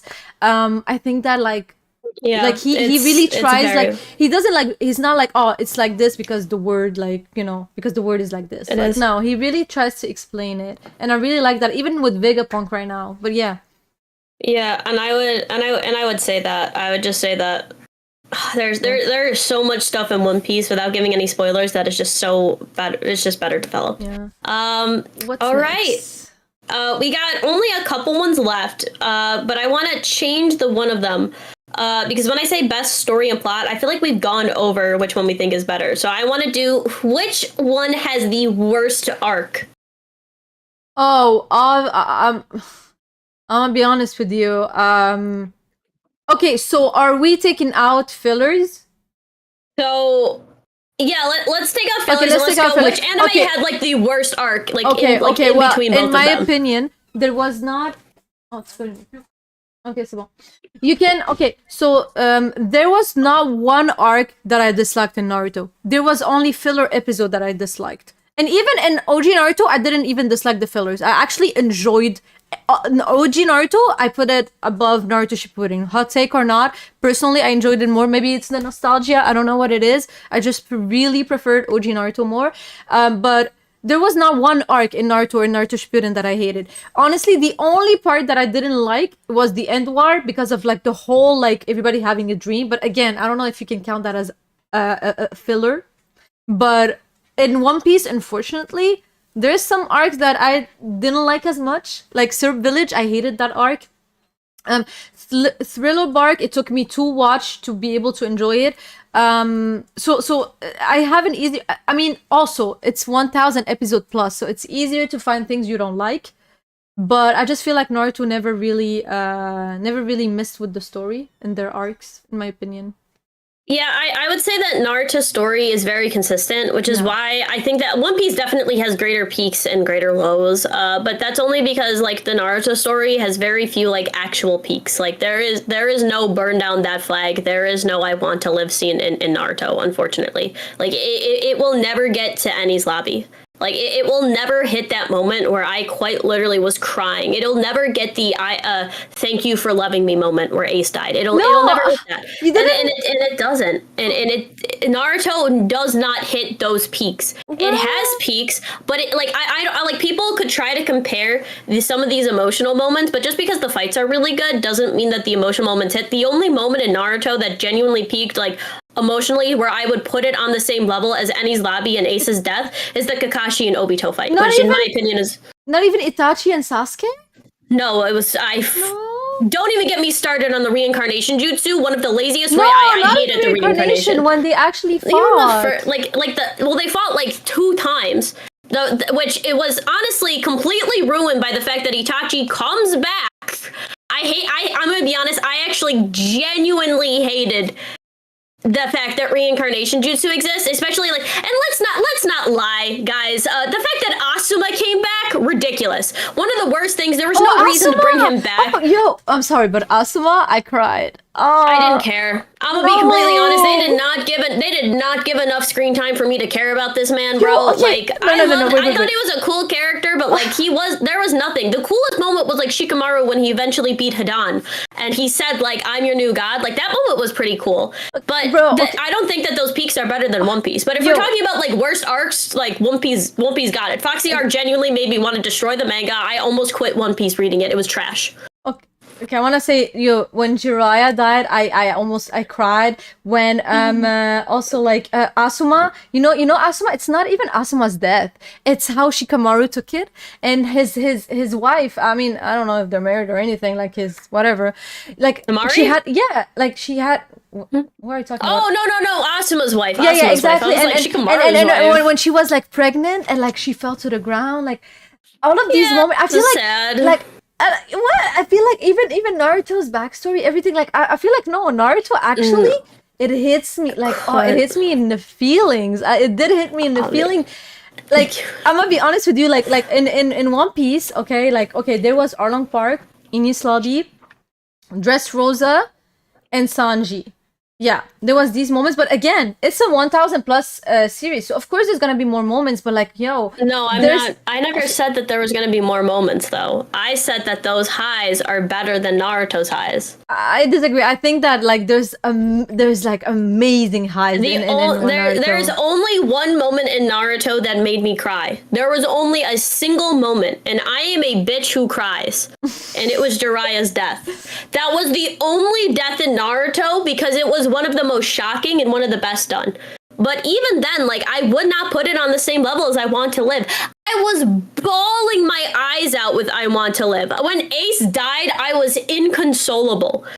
Let's not talk about Ace's death, but Ace. We could talk about Jiraiya and Asuma's death, but when we start bringing up like Ace's death, where like people actually start to cheer up. But I'm biased about Luffy's reaction was crazy. No, 100%. But I feel like also like there was, as I said, like Asuma, Itachi with like Sasuke, like there was like even like the Hokages, like the first two, the first Hokage, the second one, like everybody's backstory, like it was so sad. Even Tsunade's past.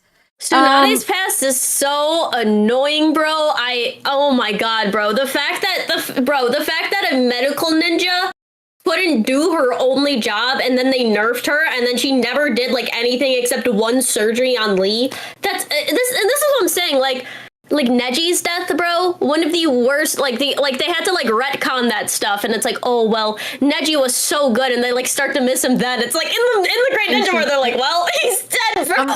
Listen, I think maybe it's. I think that this subject is really like based on preference, because again, like I cried a lot in Naruto, as I cried like also in One Piece. And it's just like I feel like it's preference, because some people will feel like will be more emotional in Naruto, will be more emotional in One Piece, because at the end of the day, it could be because you relate more to the character, or because like you were able to connect more to the story. It's really preference. You can't, unfortunately, it's preference. Well, we're not talking about we're talking about like what is better written and what has better peaks. And when I'm saying that a lot of the peaks in Naruto are good, like Naruto showing up, like the Jiraiya death scene, like I'll be honest, Asuma's death was okay. It wasn't really that sad. We barely knew, dude. And this is the thing, we like barely knew Asuma. Honestly, who cried during Asuma's death? Me, and somebody there said was nothing. When somebody said Gara, Lee, when Lee was like in his wheelchair.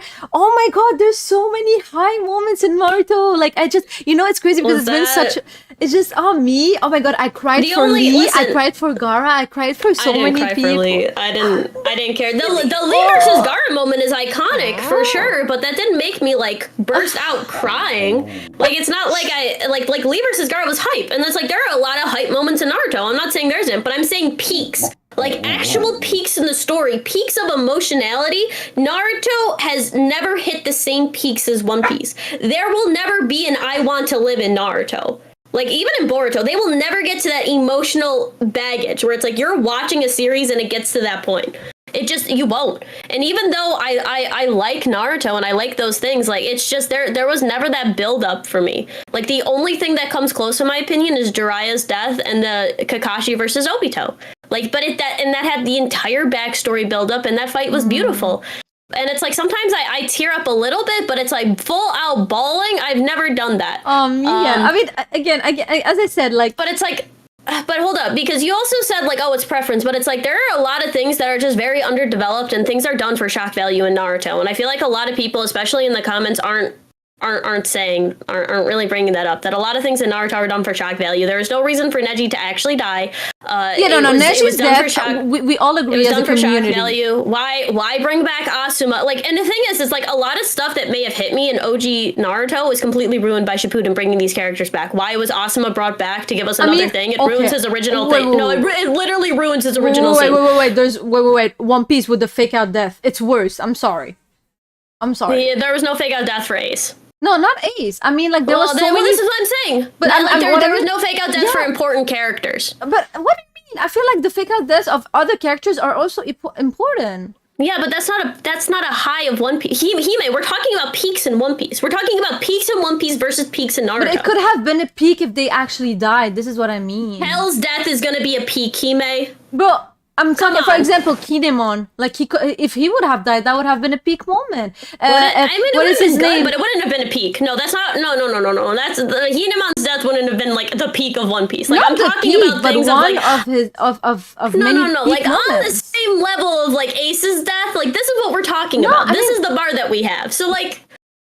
Yeah, but that's again, like, it's like you can't always have just like things at levels of Ace's death. You have to look at everything. Hime, but we're only talking about things on that level. That's the only thing we're talking about. But that's we're not unfair talking about because that's no, Hime, we're literally only talking about comparing the peaks, though. How is that unfair? You're only talking about comparing the absolute high moments of the show. Okay, but if we just compare these, in my opinion, Naruto still is on that level. And I'm saying that there wasn't the same build-up to them. Like, Asuma's death was great, but it doesn't have the same build-up as Robin. It doesn't have the same build-up as Ace. Yeah, Jiraiya's death was fantastic, and I think that people can put it up there, and I think that Obito versus Kakashi, but I feel like they aren't as extreme as those peaks. Like, the entire, like Luffy reaching the rooftop in 10:15 was amazing. I think that was better than Naruto's entrance, because after Naruto's entrance, immediately he gets his booty slapped by Pain. So it's like you have to take the story within context too, where it's like you see all of this stuff and you start taking it and you're watching these buildups. Like Gear 5 was a far better peak than like Naruto. I don't know, like whatever one of his honestly, I don't think a single Naruto transformation was as like hyped up. Even though I think they're cool, they were. It was not as hyped up as Gear 5 was. I mean, yeah, obviously when it comes to popularity, But like when it comes to enjoyment, like hype and like hype in the story though, because Naruto had like 5 transformations in like 100 chapters, and he just kept getting transformations, and so it kind of cheapened it. Where it's like, remember when Gear 4th came out in Dressrosa? And Gear 4th was originally released, and there hadn't been a new gear since like back in Ennie's lobby. Like that, this is what I'm talking about with like peaks in the story, and it's just like Naruto is good, but I just don't think it reaches the peaks. But again, some people would disagree because they might have felt like it reached the peak. I feel like there's a lot of preference in that. But like when you're talking about like actually like story build up, and you're talking about this like. Jiraiya, and here's another thing. Like, Jiraiya is great, but are we also going to admit that Jiraiya had some very weird things, especially his perv stuff, and the stuff he did with Naruto was very weird. And so it does cheat. And so, like, even though they had a great relationship, sometimes it does cheapen it. I feel like people don't discuss that enough with Naruto. No. Naruto would change into an underage female character, and Jiraiya would get a nosebleed. Like, come on. No, but I mean, it doesn't matter. So I feel like that's the charm. So to me, that makes it. That's the charm of his character, that he was he was a pervy sensei, you know, like I dislike that, which is why I said Kakashi is a better sensei, because even though Kakashi was pervy, Kakashi never looked at. I mean, like I guess he did sometimes, but it wasn't as extreme as like Jiraiya. But you see, this is preference. Girls. You see, this is preference. But I'm talking about just like, I mean, like pedophilia isn't preference. Let's be honest. Oh my god! Okay, now you're reaching. No. This isn't reaching. That's the same reason why like Sanji was incredibly weird during the thing. Let's be completely honest. Like there are some very weird moments that to me would ruin stuff. And I mean, like if you think that Jiraiya looking at Naruto, who he knows is underage, and would like have a nosebleed is okay, like that's fine. If you think it's funny, that's totally your thing. We're also only discussing our preference, so you can't be like, well, it's preference to do this to try to do it. It's like, well, we're talking about our opinions, Hime. So if you're gonna be wishy-washy on your opinion, that's fine. No, it's not that. I'm not gonna do that. I'm going to say what I think. I'm being honest here. I'm being fully honest. I think that again, for me, there was amazing peak moments in Naruto that can be equal to One Piece. Like, yeah, there's more in One Piece in my opinion, but the highest moments in Naruto are up there as well, in my opinion. You keep saying that there's more, but I only brought up two things for One Piece, and everything you've said, you're like, well, they're kind of like that. I like this one more. So name a thing that's better than Ace's death in Naruto. Also, I don't dislike Jiraiya. I actually like Jiraiya. I just don't find his death as sad as other characters because I dislike that portion of his character. I just did, and it's very weird, especially when you're looking back as an adult now. Like looking back on some of the stuff that Jiraiya did was, it kind of cheapens the fact that you're like, yeah, he was great and he loves Tsunade and everything, but it's like, damn, that stuff is really weird. So looking back on it, I think it ruins a lot of the Jiraiya experience than when I was a kid and going through and didn't realize that was weird and creepy. All right, so we received a super chat from D. I don't know what currency is this. 50 with a P. I don't know what that is. Probably, I don't know. So he says Corazon's death is way sadder than Jiraiya's. I agree. It is. No, I gotta. To be honest, it's sad, but I feel like Jiraiya hit me a bit harder. But like Corazon also death hit me. It's just both of them were really good, and I feel like both of them were different. It's just like one lost his sensei, and the other just lost his parent figure, and it just. I don't know. I think both were good. Both were good. I feel like Corazon's death was far more succinct. It was done with tighter writing than Jiraiya's. Just because there wasn't the build-up, because he was a character that was introduced, I still feel like his death was done very well. And people who are saying bias and stuff, like I said, just because a character appears more on screen doesn't mean that they're a better written character. And I'll stick by that, which is why I say that multiple characters aren't better written or better just because they appear on screen more. I think that that's ridiculous, and I think that that's a logical fallacy. Just because you see more of something doesn't mean that it's better written. In fact, you guys make the same argument for One Piece multiple times. So when we're talking about biases, number one, obviously everything is personal opinion, except when we're talking about legitimate writing flaws and things like pervy characters in the West will never be acceptable because it is a societal issue. It's a societal norm not to be pervy. So when you're looking at Jiraiya, and especially the stuff that you do with underage things, it's like watching iCarly and seeing all of the weird foot fetish shit. It's weird. It's weird. You don't want to see it. You cringe. You're like, I can't watch this anymore. because that's not normal. That's not what normal people do. So it's like when you look at, oh yeah, also I have already said that Sanji is horrible in Fishman Island.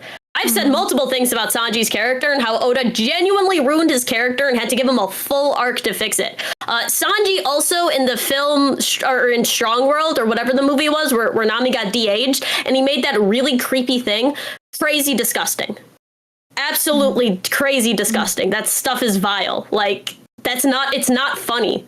I don't understand, like certain things, especially like doing like underage jokes, like underage sexual jokes, is a very tight line that can't, like, you have to be very tight, and the Japanese sometimes go too over, and sometimes it can ruin my enjoyment of a character, which I feel like is valid. A lot of people don't like Sanji for the same reason. I never said I disliked Jiraiya. I just said that it cheapened his death scene for me, because I realized that there were all of these weird moments, and it's like, even though I like him as a character, I think he's good. A lot of his moments, I think, are ruined by that. But that's the thing, because, you know, I've watched a bit of Yu Yu Hakusho, and also, like, I didn't watch, like, all of Dragon Ball, obviously, but, like, I think that it, because, like, in the past, like, it was kind of normalized to have these pervy sensei, kind of. So, so I think... Super normalized. So that's the thing. So I think, it's... right now, if they would make a new gen with the same type of characters, I would be like, yeah, that's weird for like the word for like 2023. But I think it was normal at that time. That's why, like, I'm not saying that we should normalize that. I'm just saying thank you. Oh, what's up, Cruz? The ghost. Thank you so much. But what I'm saying is that, like, I think it's a bit like unfair to like compare them to the standards of today. Thank you, Cruz. Thank you. I disagree completely. Really? You can, you can absolutely say that things are weird and wrong, even though they were they're made weird. back then. But the thing is, like, they're weird or wrong, but they were normal at that time, is what I'm saying. They're still normalized in Japan, though. Let's be completely honest. Sanji is still Sanji continuously is still drawn as a pervy character, even after in Wano. He literally goes to turn invisible to peep on women in a bathroom. No. Okay, that's wrong. But what I mean is, like, you don't see their consent. But in every old, like, gen, okay, like, you see, like, you know, as I said, in Yu Yu Hakusho and Dragon Ball, you see like this pervy guy, like, and it's not, especially when it's with underage girls. But what I mean is that underage kids. I know, but what I mean is, in new gen, you see this less because they're putting this less. That's true. Okay, where's the pervy senseis? Well, sure. We can look at My Hero with what's his name, Mineta, and he's absolutely disgusting. Sensei. He's not a sensei. He's a student. I'm talking about a pervy sensei. No, well, Hime, like, they're still pervy characters. To put it. Well, yeah, but, like, this is what I'm saying. Like, it's not like this has changed in Japan where there isn't all of these weird people. Like, there is a lot of weird things. You know what I mean? Like you can look at the author of Rurouni Kenshin and people still watch that and enjoy his thing, even though he's an absolute disgusting human being. And people still say that Rurouni Kenshin is good. I'm not saying that things can't be good, but I'm saying that when you look at a lens, like, Jiraiya does a lot of weird stuff, and I think it's okay to especially look back, dislike some of the stuff, and to be like, ooh. Like, some of this stuff is weird and can cheapen some stuff, where it's like Robin as a character doesn't have that, and therefore I can enjoy her better. Like, if Sanji had a death scene, like, it'd be really sad, right? But it wouldn't... He's weird sometimes. No, I agree. I'm just saying that, like, right now when we see it, we're like, ew, that shouldn't be there. But I'm just saying that, like, before, people would, like, be like, oh, that's normal. Like, many anime have had that. I'm just saying that it was more normal in the past, but it's still not something that we shouldn't condone it. We shouldn't be like, yeah, no, it's okay. I'm just saying, like, there's a difference of culture. Ruin the enjoyment. Yeah, but they can ruin the enjoyment of stuff, which is why so many people hate. But so many people hate Mineta in My Hero, right? Like, a ton of people just hate his character. But people in Japan love him, and Horikoshi says that that's his stand-in. So it's like. But my point here was, like, if in the past, let's say I'm in a past generation where it was a bit more normalized, it's normal that I would enjoy more the character than somebody in this generation that is watching this old gen. You see what I mean? This is just only like the point that I wanted to make. Yeah, but even then, like I watched this when I was a kid, and I enjoyed Jiraiya, and even when I was watching it as a teen, I still enjoyed Jiraiya. But as watching it and coming back as an adult, like that stuff is weird. No, 100%. As I said, I agree. So it I agree. ruins my But my enjoyment. grandfather, if he would have watched that, he would be like, yeah, that's normal. Because like maybe in his generation, that would have been normal. Oh. Yo, people are acting. No, we don't need characters to be perfect. We need them to not be pedophiles. That's not a hard thing, especially characters we're supposed to like. Some of the stuff that happens is very weird. The fact that in Japanese they have a lot of people with underage girls is weird, especially when it's older men peeping on underage girls. It is normalized in Japan, so I mean, you can say what you want about cultural issues, and I'm not saying that people need to be perfect. Character flaws are a thing. We're not even talking about that. I'm specific. The argument has now devolved into where I'm just like, I don't think that Jiraiya is as enjoyable as an adult because of some of the weird stuff that he does, and I think that that's completely valid. To say that Jiraiya isn't creepy and weird sometimes is a bias. No, 100%. Like that doesn't take away from his like perviness. But yeah. Yeah. And it's like that's all I was saying. I was just like, you can 100%. say what you will, but like Jiraiya. They're both okay. Let me take this super chat because this is my place to say, but didn't Robin grab somebody without their consent? So here is the big thing about that. Yes, she did, but also they're both adults. And that is the biggest difference, is that they are both adults, and she wasn't doing it in a sexual way. She was doing it because it was supposed to be number one, it was some sort of joke, but also it was supposed to be painful to try to do stuff. So it's like it's not like it was with two children, or Robin was doing it to a child, or it was anything that was in sexual connotation. It was haha funny because it was Frankie's area, which should she have grabbed? Probably not, but it didn't seem like Frankie didn't tell her no. Didn't tell her to get off. He was just saying, it hurts. You know what I mean? So it's like, it is weird. And Toby made another thing where it's like Sanji peeps on adults as well, which is true. All of the people in One Piece are adults. Where it's like Jiraiya was seeing Naruto, who was a child, transform into a sexy lady and then looking at the things. And it's weird. Like, it's weird to say it. And I don't understand why people are having such an issue with it. No, 100%. No, I'm saying it's weird. But what I mean is that, like, I don't think they would redo that type in shonen anymore in 2023. I don't see them redoing that much, like, crazy things. Like, there's gonna be pervy characters, 100%. But I don't think there's gonna be as much perversion as before. That's that. I'm gonna be honest, Time. Maybe not in Shonen Jump, but there's literally... Yeah. The others. Yeah. Don't get me started. I know exactly what you're talking about. You know exactly what I'm going to be talking about. I want to say something. Issue. I want to say we didn't say your name, but Lamar, thank you for the $5 for the super chat. Lamar, thank you. Sorry. So much, Lamar. Yeah. Sorry. But yeah, it's just that, like, stuff like that just like sometimes makes me upset, which is why I never brought up like Obito and the relationship with Rin and how he's still like hung up on like his childhood crush because he was a child back then. That's completely different. You know what I mean? Like, it's different to have like some sort of connection. It's just like there are certain things in Naruto that I'm just like, that's weird looking back on it, which is why it ruins my enjoyment. And people will say, Boa with Luffy was weird too. That's why if Boa dies, I'm gonna be like, ooh. I mean, like, Luffy's 19 now, so I guess. But wait, how old he was? Was he 18 or 17? He was 17. Yeah, he was. So even though technically some places the age of consent is 17, especially some places in the States, like, it's still weird in my opinion. I think that you need to be 18, like 18 years or older before you start getting into a relationship with adults. Yeah, and I think maybe it's because, okay, I'm gonna take the super chat, I'm gonna say something after. The Little Garden said, with the $2, thank you. Hey, Nami and Robin let Momo get touchy with them. I think that it's just because they regarded him as a child, and that doesn't sexualize them, but they don't know that men from a young age sexualize sometimes women. Yeah, they were literally just giving him hugs. He was the one who was sexualizing it, and that was the joke, is that like they just thought he was being an innocent child and wanting like a hug from him, and they weren't. But do you think he wasn't. Do you think that there's this theme is like really inside of anime because like the age of consent is so like is such a low age in Japan? Do you think it's because of that? There's like, so here's the thing, a lot of people like to say that the age of consent in Japan is like 13 15 or something, and it's like that's technically not what the law is. And there's like a lot of really weird nuances with Japanese law where it's like specifically it's only between 13 to 18-year-olds, and those are the only people. So like an adult can't marry a child in Japan. That's something that doesn't happen. And a lot of people like to bring that up as something that the fact, but that also doesn't mean that there isn't very weird culture, especially when you start looking at like Japanese culture as a whole. Like there is a lot of like rampant sexual assault in the culture and stuff. It's one of the reasons why when you go to Japan and you buy an iPhone, it always has the shutter sound on. Like it's the reason why they get things imported out of Japan, because there is such an issue with peepers and like sexual assault and stuff. And that's not to say that Oda doesn't have those issues as well. Like I said, like Sanji is a character that I like, even like with Whole Cake Island, back during Fishman Island.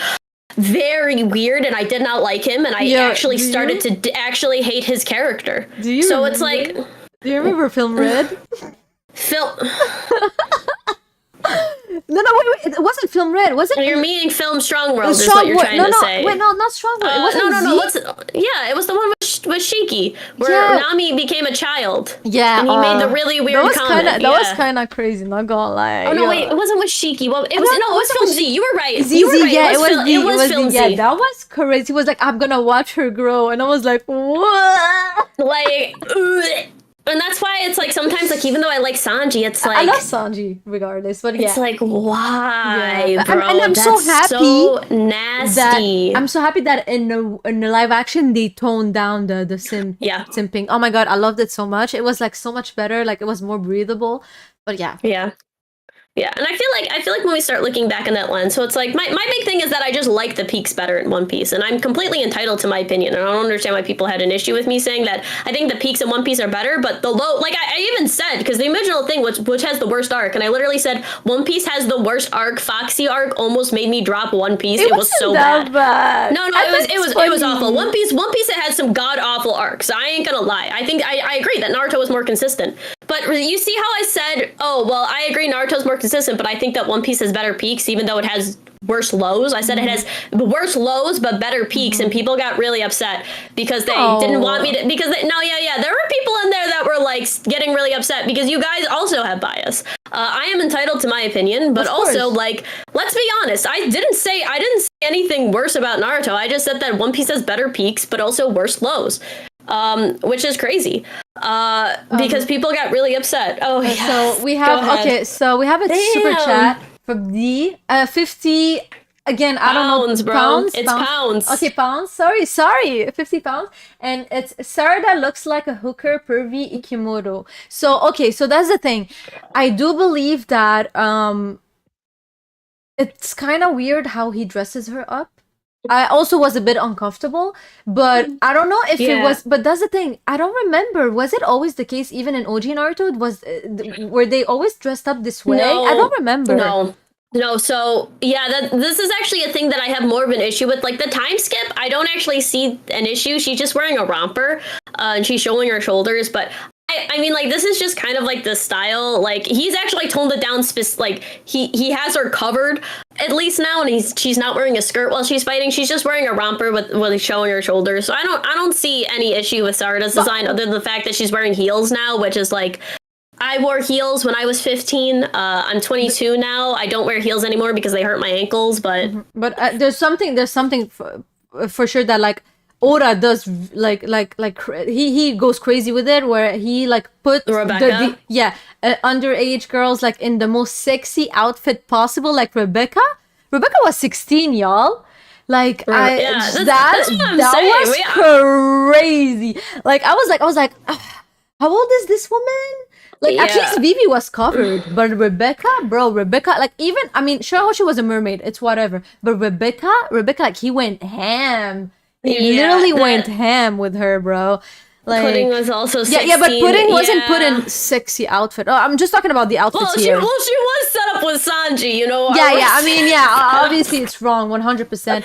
But you get like I feel like both, you know, like have like some fault. But again, I don't know if we should blame them, because maybe it's the culture over there. It's normal over there. You cannot like get mad at somebody that was brainwashed into thinking it was normal in his country. I don't know. I think it's absolutely fine to criticize it, which is why I do. Yeah, we I can criticize criticize- both yeah, of them. for sure. Somebody also said the thing between Dofi and Violet. I don't think that. I think Violet that was an adult. No. They're talking about the implication with Oda basically said, which we can't say it on here, but basically all I want to say is that adult themes are totally okay to put into a manga. It's okay to put adult themes, even if they're non-consensual, and it's very clear that that Oda hinted at some sort of relationship between them and hinted that there may have been something non-consensual happening, and that it was wrong because Dofi is a villain, which I think is okay to talk about how bad of a person who would do that is. My only thing is that it's not like Dofi was shown to be a good guy. You know what I mean? Like, Dofi wasn't shown to be like, oh, he's a good person and stuff, where it's like, people with these really negative things shouldn't be shown in a good light, in my opinion. Like, a pervy character shouldn't be shown to be one of the heroes. The thing is, I feel when it's like gets weird. I feel like the thing is, like, it shouldn't be like when these type of things happen, like when minors, like if like, for example, I'm reading Berserk and there's a lot of themes like that happens, but it makes you understand, like, oh, like, this is bad. You look at it and the story makes you understand, oh, this is bad. But what happens in shonen, it doesn't show you that, oh, this is bad. It shows you, like, oh, this is normal.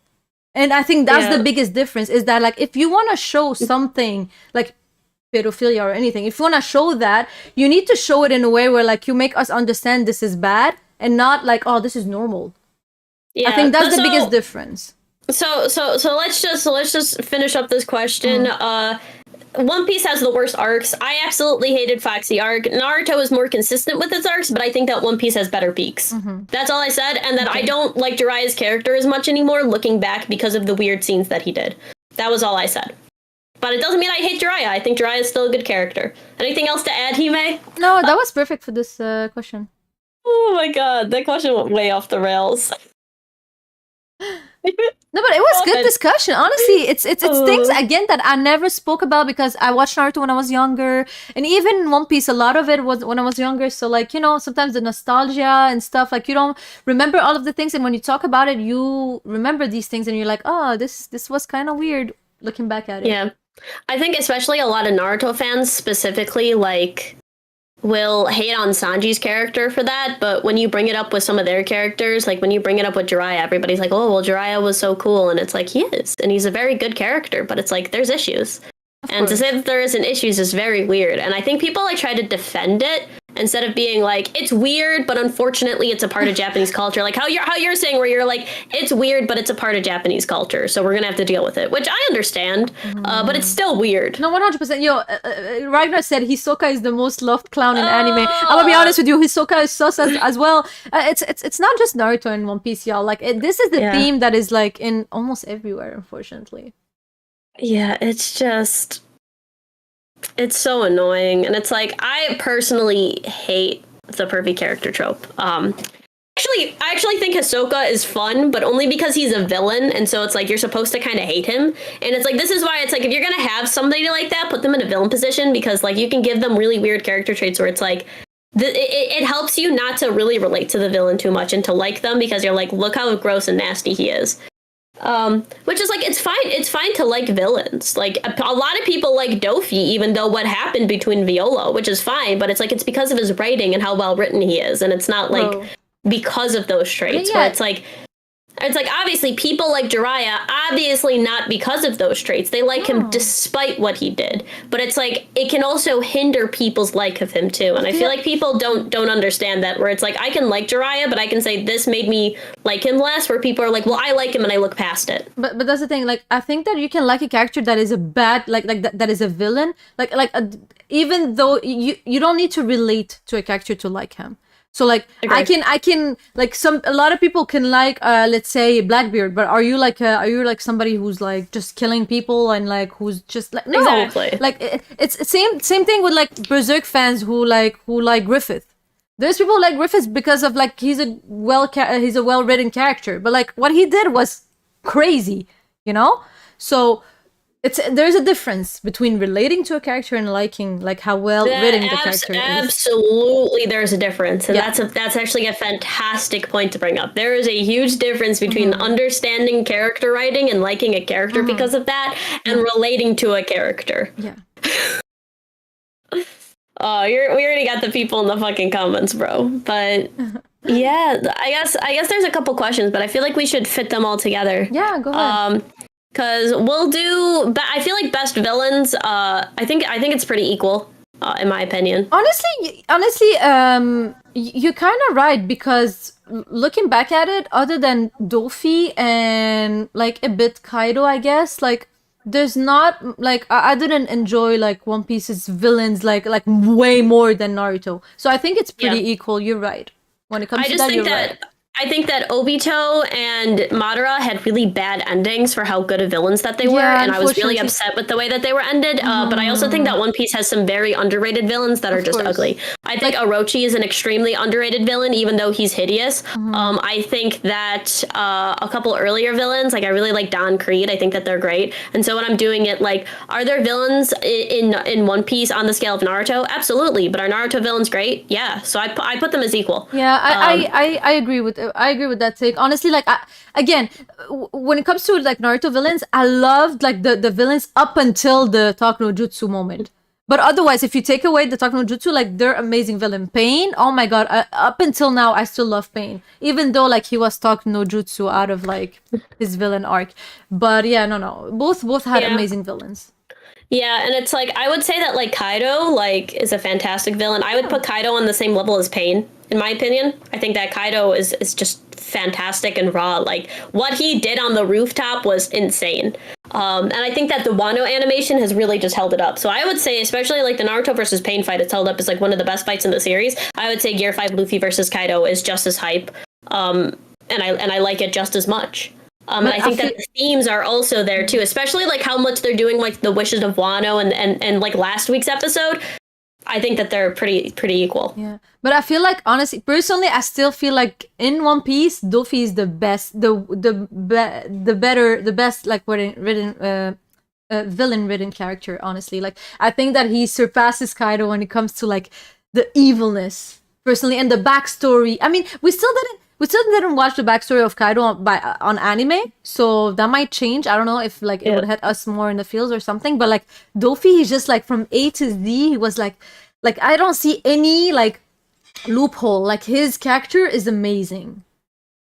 I love Doflamingo, and I feel like a lot of people will like Doflamingo better. Personally, to me, Kaido is just top one. There is no flaw. There's no flaw in Kaido's character. He had a perfect ending to what he had. I think that people also really overhate his backstory for how good it is. People are saying, "Oh, he's not on Pain's level." What makes him not on Pain's level? And that's my thing. Like Kaido is Pain. Kaido is a Pain level villain. He is, in my opinion, more enjoyable in certain aspects. Especially, I think that the fight animation to me was far more enjoyable with Kaido, just because of how menacing he was, how many people he took on, how much of a dominating presence. I think his writing is on par with Pain, and I think that his conclusion is just as good as Pain's. I think that people who say that Kaido isn't on the same level as Pain aren't looking at every factor of it. I think that, especially writing wise, both of these characters are great. The menace that they both represent, like Kaido taking down the main character in one hit in the beginning of the series, is insane. Like it's great, and I feel like a lot of people like the Pain fight because it's one of the peaks of Naruto. The Pain fight is one of the biggest peaks of Naruto, and I feel like they hold it up like this. Like nothing has ever topped it. When I mean, like multiple other like I would say that like most isekais, which kind of sounds horrible, but I think that like most isekai fights like top it. Like Pain definitely isn't like one of the best villains like ever. There are like a lot of villains that I would actually put above him, like not from any shonen. Like I would just put other villains, which I won't get into because nobody probably reads the manga that I read. And I think that the fight is great. But when we're specifically talking about comparing One Piece and Naruto, like I can't say that I enjoyed the Pain fight so much better than Kaido's fight. In fact, I find myself enjoying the animation specifically of Kaido's fight better than the Pain fight, which I don't think is a hot take. No, I get it. But when it comes to like, honestly, maybe I will.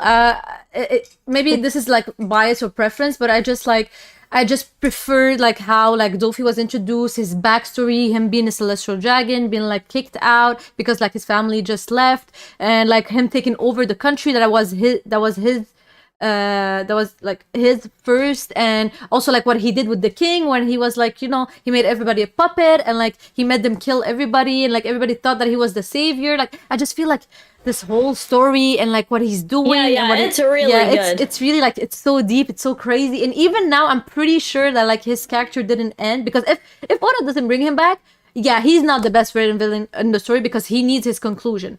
Like we need to know like what is gonna happen with Dofi, like his ambitions, like he's the only like fallen celestial dragon, so we need to know what is going to happen. Yeah, and he'll come back. I think that his story in Dressrosa was perfect. I don't think like I said, I don't think there's any flaws with his story, and in the same way that I don't think that there's any flaws with Kaido's story. There is so many interlocking parts and interlocking elements, especially within the culture and within the story of Wano itself. There's the entire thing with the Akaza 9, there's the entire thing with the people of Wano, the industrialization causing the destruction of the ecosystem. Okay, so Parvision actually came up with a really good point, that I think the reason that people are having the confusion is that Kaido did have an impact on Luffy, but he far more had an impact on the people of Wano, which is why Luffy taking him out was so important, whereas like Naruto and Pain kind of had a huge impact on each other, which is why I think so. And it's like I think that both are good, and I feel like if people realize that it's like they're basically taking on two different things. But when I'm specifically talking about like enjoyability of the villains and stuff, like was the writing of both villains amazing? Absolutely. I think that both Kaido... Go ahead, say it. Thank you, Terrible TJ, for the gifted 1 membership. Thank you. Yeah. So like the writing of both of them were completely solid. The menace of both of them, like just how menacing Kaido was, what he did to Odin in the backstory. I mean, the Odin fight was crazy. So it's like very similar to how like Pain went to the Hidden Leaf Village and like destroyed everything. Like Kaido did something like almost as extreme and even kind of worse, because he subjugated these people. Then we find out, and he has this huge fight with like everybody, and he is just destroying, like nobody is able to keep up with him. Very similar to Pain versus Naruto. And it's like, honestly, when you look at the fights, they're very similar, where it's like at the very end, like Naruto gets like this power up because of the thing, but Luffy awakens his devil fruit, which was like, you know, foreshadowed in the story, where it's like Naruto gives into his hatred and Pain. Eventually both of them realize. The only difference is that Luffy says, yo, Kaido's a bad person, and Naruto says, let me see if I can take you to my side. Those are the only differences. Yeah, I want to say again, thank you, Terrible TJ, for another membership gift. Thank you so much. And yeah, honestly, again, like, I think, but I wanted to say something about Kaido. I think a lot of people prefer Orochi just because right now, or the Roach, this is how I call him, prefer him because we saw, like, you know, the last episode, we saw all of the bad things he did. But wait until you see Kaido's backstory. I think that you guys need to look at Kaido's backstory to see like, oh, Kaido also did bad things. It's just like you guys are forgetting, or maybe some of y'all just didn't read the manga and are just like anime watchers. I think we need to watch Kaido's backstory before like we compare like and put Orochi before Kaido, because Kaido is more evil than Orochi when you think about it. Well, I mean, like, I feel like the entire stuff that's even being built up in the anime so far, like, and I understand, like, a lot of people who are anime only understand Kaido's backstory yet, which but it's I actually coming. Really liked Kaido's backstory, and Kaido's backstory is going to be fantastic. I hope they animated well, but I'm pretty sure it's going to be amazing. It's Vincent Chainsword is working on the episode again. Oh my god, he's my favorite. Okay. Yeah, Kaido. So Kaido was actually, I'm sorry, Aaron Yeager, I have to disagree. Kaido was actually fantastically written. He's one of the best written people in One Piece, like hands down.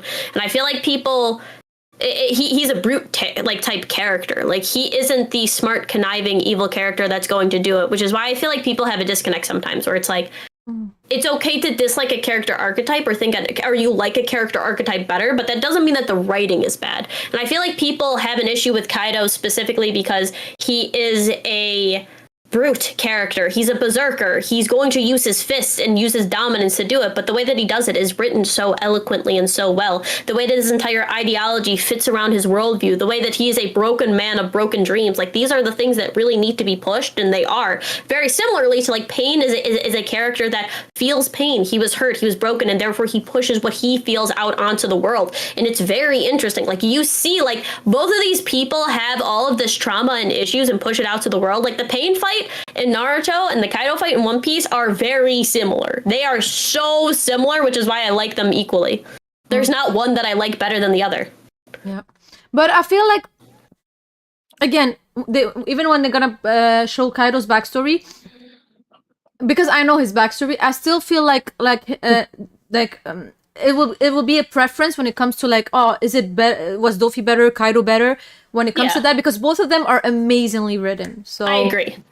And I feel like a lot of this is preference. It's like, well, what character archetype do you like better? Do you like the conniving, evil, has a plan character in Dofi? Do you like the character that has this trauma and is enacting it out in the world? Or do you like the character that doesn't have maybe the brains, has this broken dream, was going to be this hero, but instead became a fallen hero with Kaido? And it's like, it basically is like, all of these are fantastically written. It's just which one do you personally enjoy better? But it's like, I personally enjoyed both, like the Pain and Naruto fight. So it's like, villains, I have to just say that they're equal to me. Yeah, no, I don't they're think one amazing. is better than the other. I want to say hello to Ja, he's in the chat. One Piece Don't Kill Nobody is crazy considering what's been happening in Egghead, where Oda literally was like, okay, bet. Yeah, no, honestly, okay. Oh yeah, no, because maybe the people are anime watchers only, but in the manga, some deaths are happening. Like 5 They're happening. deaths, like not even just deaths, like brutal, gruesome deaths that you're like, where did Oda? Like, I mean, like actual crucifixions. Like, what's happening? Yeah. Oda heard that, y'all. He heard y'all, and he was like, okay, bet. No, but listen. Let's not jinx it, because you know him. Sometimes he bring back people, and you're like, bro. Nah, bro. One of them got Abraham Lincolned, bro. Yo, that's actually no, he got John F. Kennedy. Like, no, hold up, they might know about that one. We might get banned. No, let's stop. But yeah, there's that is not true anymore in One Piece, unfortunately. But but that's also something that's manga too. So it's like a lot of this stuff we're talking about, but it's like me and Hime already know the ending of Wano because we read it like multiple times. And so a lot of anime only watchers are I wouldn't know, and I do feel bad bringing some of this stuff up, but it's unfortunate. Actually, Joy D Boy, there's actually multiple confirmed deaths. There's 3 so far. One of them is the Celestial Dragon, which I'm sorry, but we have to bring it up. One of them is the one Celestial Dragon, which nobody knows who it is, so I won't say who it is, but there is one. Let's not say it. And then 2 of them, they did confirm it in the new chapter. So, or in the newest chapters. I think it was like 2 chapters ago, where it's like they did actually confirm that they're gone. But I feel like the one Celestial Dragon, nobody knows really who it is, so I won't bother doing it. But the other, like, if I say the other deaths, you guys will know. So unfortunately, I can't do it. So you guys will just have to figure out, because there is actually another one. Remember, there is another one that you think would remember. Do you know what I'm talking about, Hime? The chapter where burger face, where he looks like a burger. Then you know what I mean. So that could, you know what I mean? Yeah, you know what I'm talking about. You know what I'm talking about. So. Anyways, but yeah. There is another one, actually. There's 4 confirmed deaths in Egghead. I forgot. Okay. Next question. Because so there's 5. There's been 5 deaths. You're right about that one too. We don't want to spoil y'all. That's why we can't be talking about that. Are you talking about 992? Oh, all right. Stipar, thanks for coming for our horrible takes. Yo, don't be. We literally saw it on screen. I can understand him. Yeah. Let's go to the final. Is there a final question? Yeah, we gotta do the final question. The final question is, which one is better, pre versus post time skip, One Piece versus Naruto? Ooh, so I feel like it's kind of I don't know, it's the nostalgia that's gonna kick in and talk at this point, because post-time skip 100% I prefer One Piece. Personally. I agree. But One Piece 100%, but pre-time skip, like there was like, don't get me wrong, there was amazing moments in One Piece, but I feel like pre-time skip, like OG Naruto, like it just it's just so good. Like the OG Naruto is fantastic. The Chunin exam, everything, like I just loved it so much more. Like I would rewatch OG Naruto more than pre-time skip One Piece. Hot take. I don't know. I agree. Unless it's like Annie's Lobby, which is like I said, there are so many arcs in pre-time skip One Piece that I think are hit and miss, where it's like OG Naruto I think is solid. There are only 2 things that I dislike in OG Naruto, and both of them happen during the Chunin Zed. The first one is Sakura versus Ino, which is one of the worst fights ever in Shonen. At me, I guarantee you can't fight the worst one. And the second one is the way that Naruto wins against Kiba. Okay, so listen. I'm sorry. The A thing fart is, taking him out is not fun. when it comes to One Piece, I would pick arcs to watch and pre-time skip. So like I would pick like, you know, like the whole like Impel Down, Marineford, Enies Lobby, Water 7, Sabaody, and Arlong Park. Personally. Like I know that's a lot when you look at it, but like when it comes to Naruto, like I would rewatch it all because like it's like such a linear storyline. You can't skip. I feel like it just works well together. Like you just watch it all. So if I look at which one I would watch from 0 to like the ending, if we skip fillers, of course, it would be OG Naruto. But if I had to like just pick arcs, it would be One Piece. Yeah, One Piece definitely had like Enies Lobby, Water 7, like I would rewatch those fully through. Arlong 100%. Park, absolutely. Some Amazing.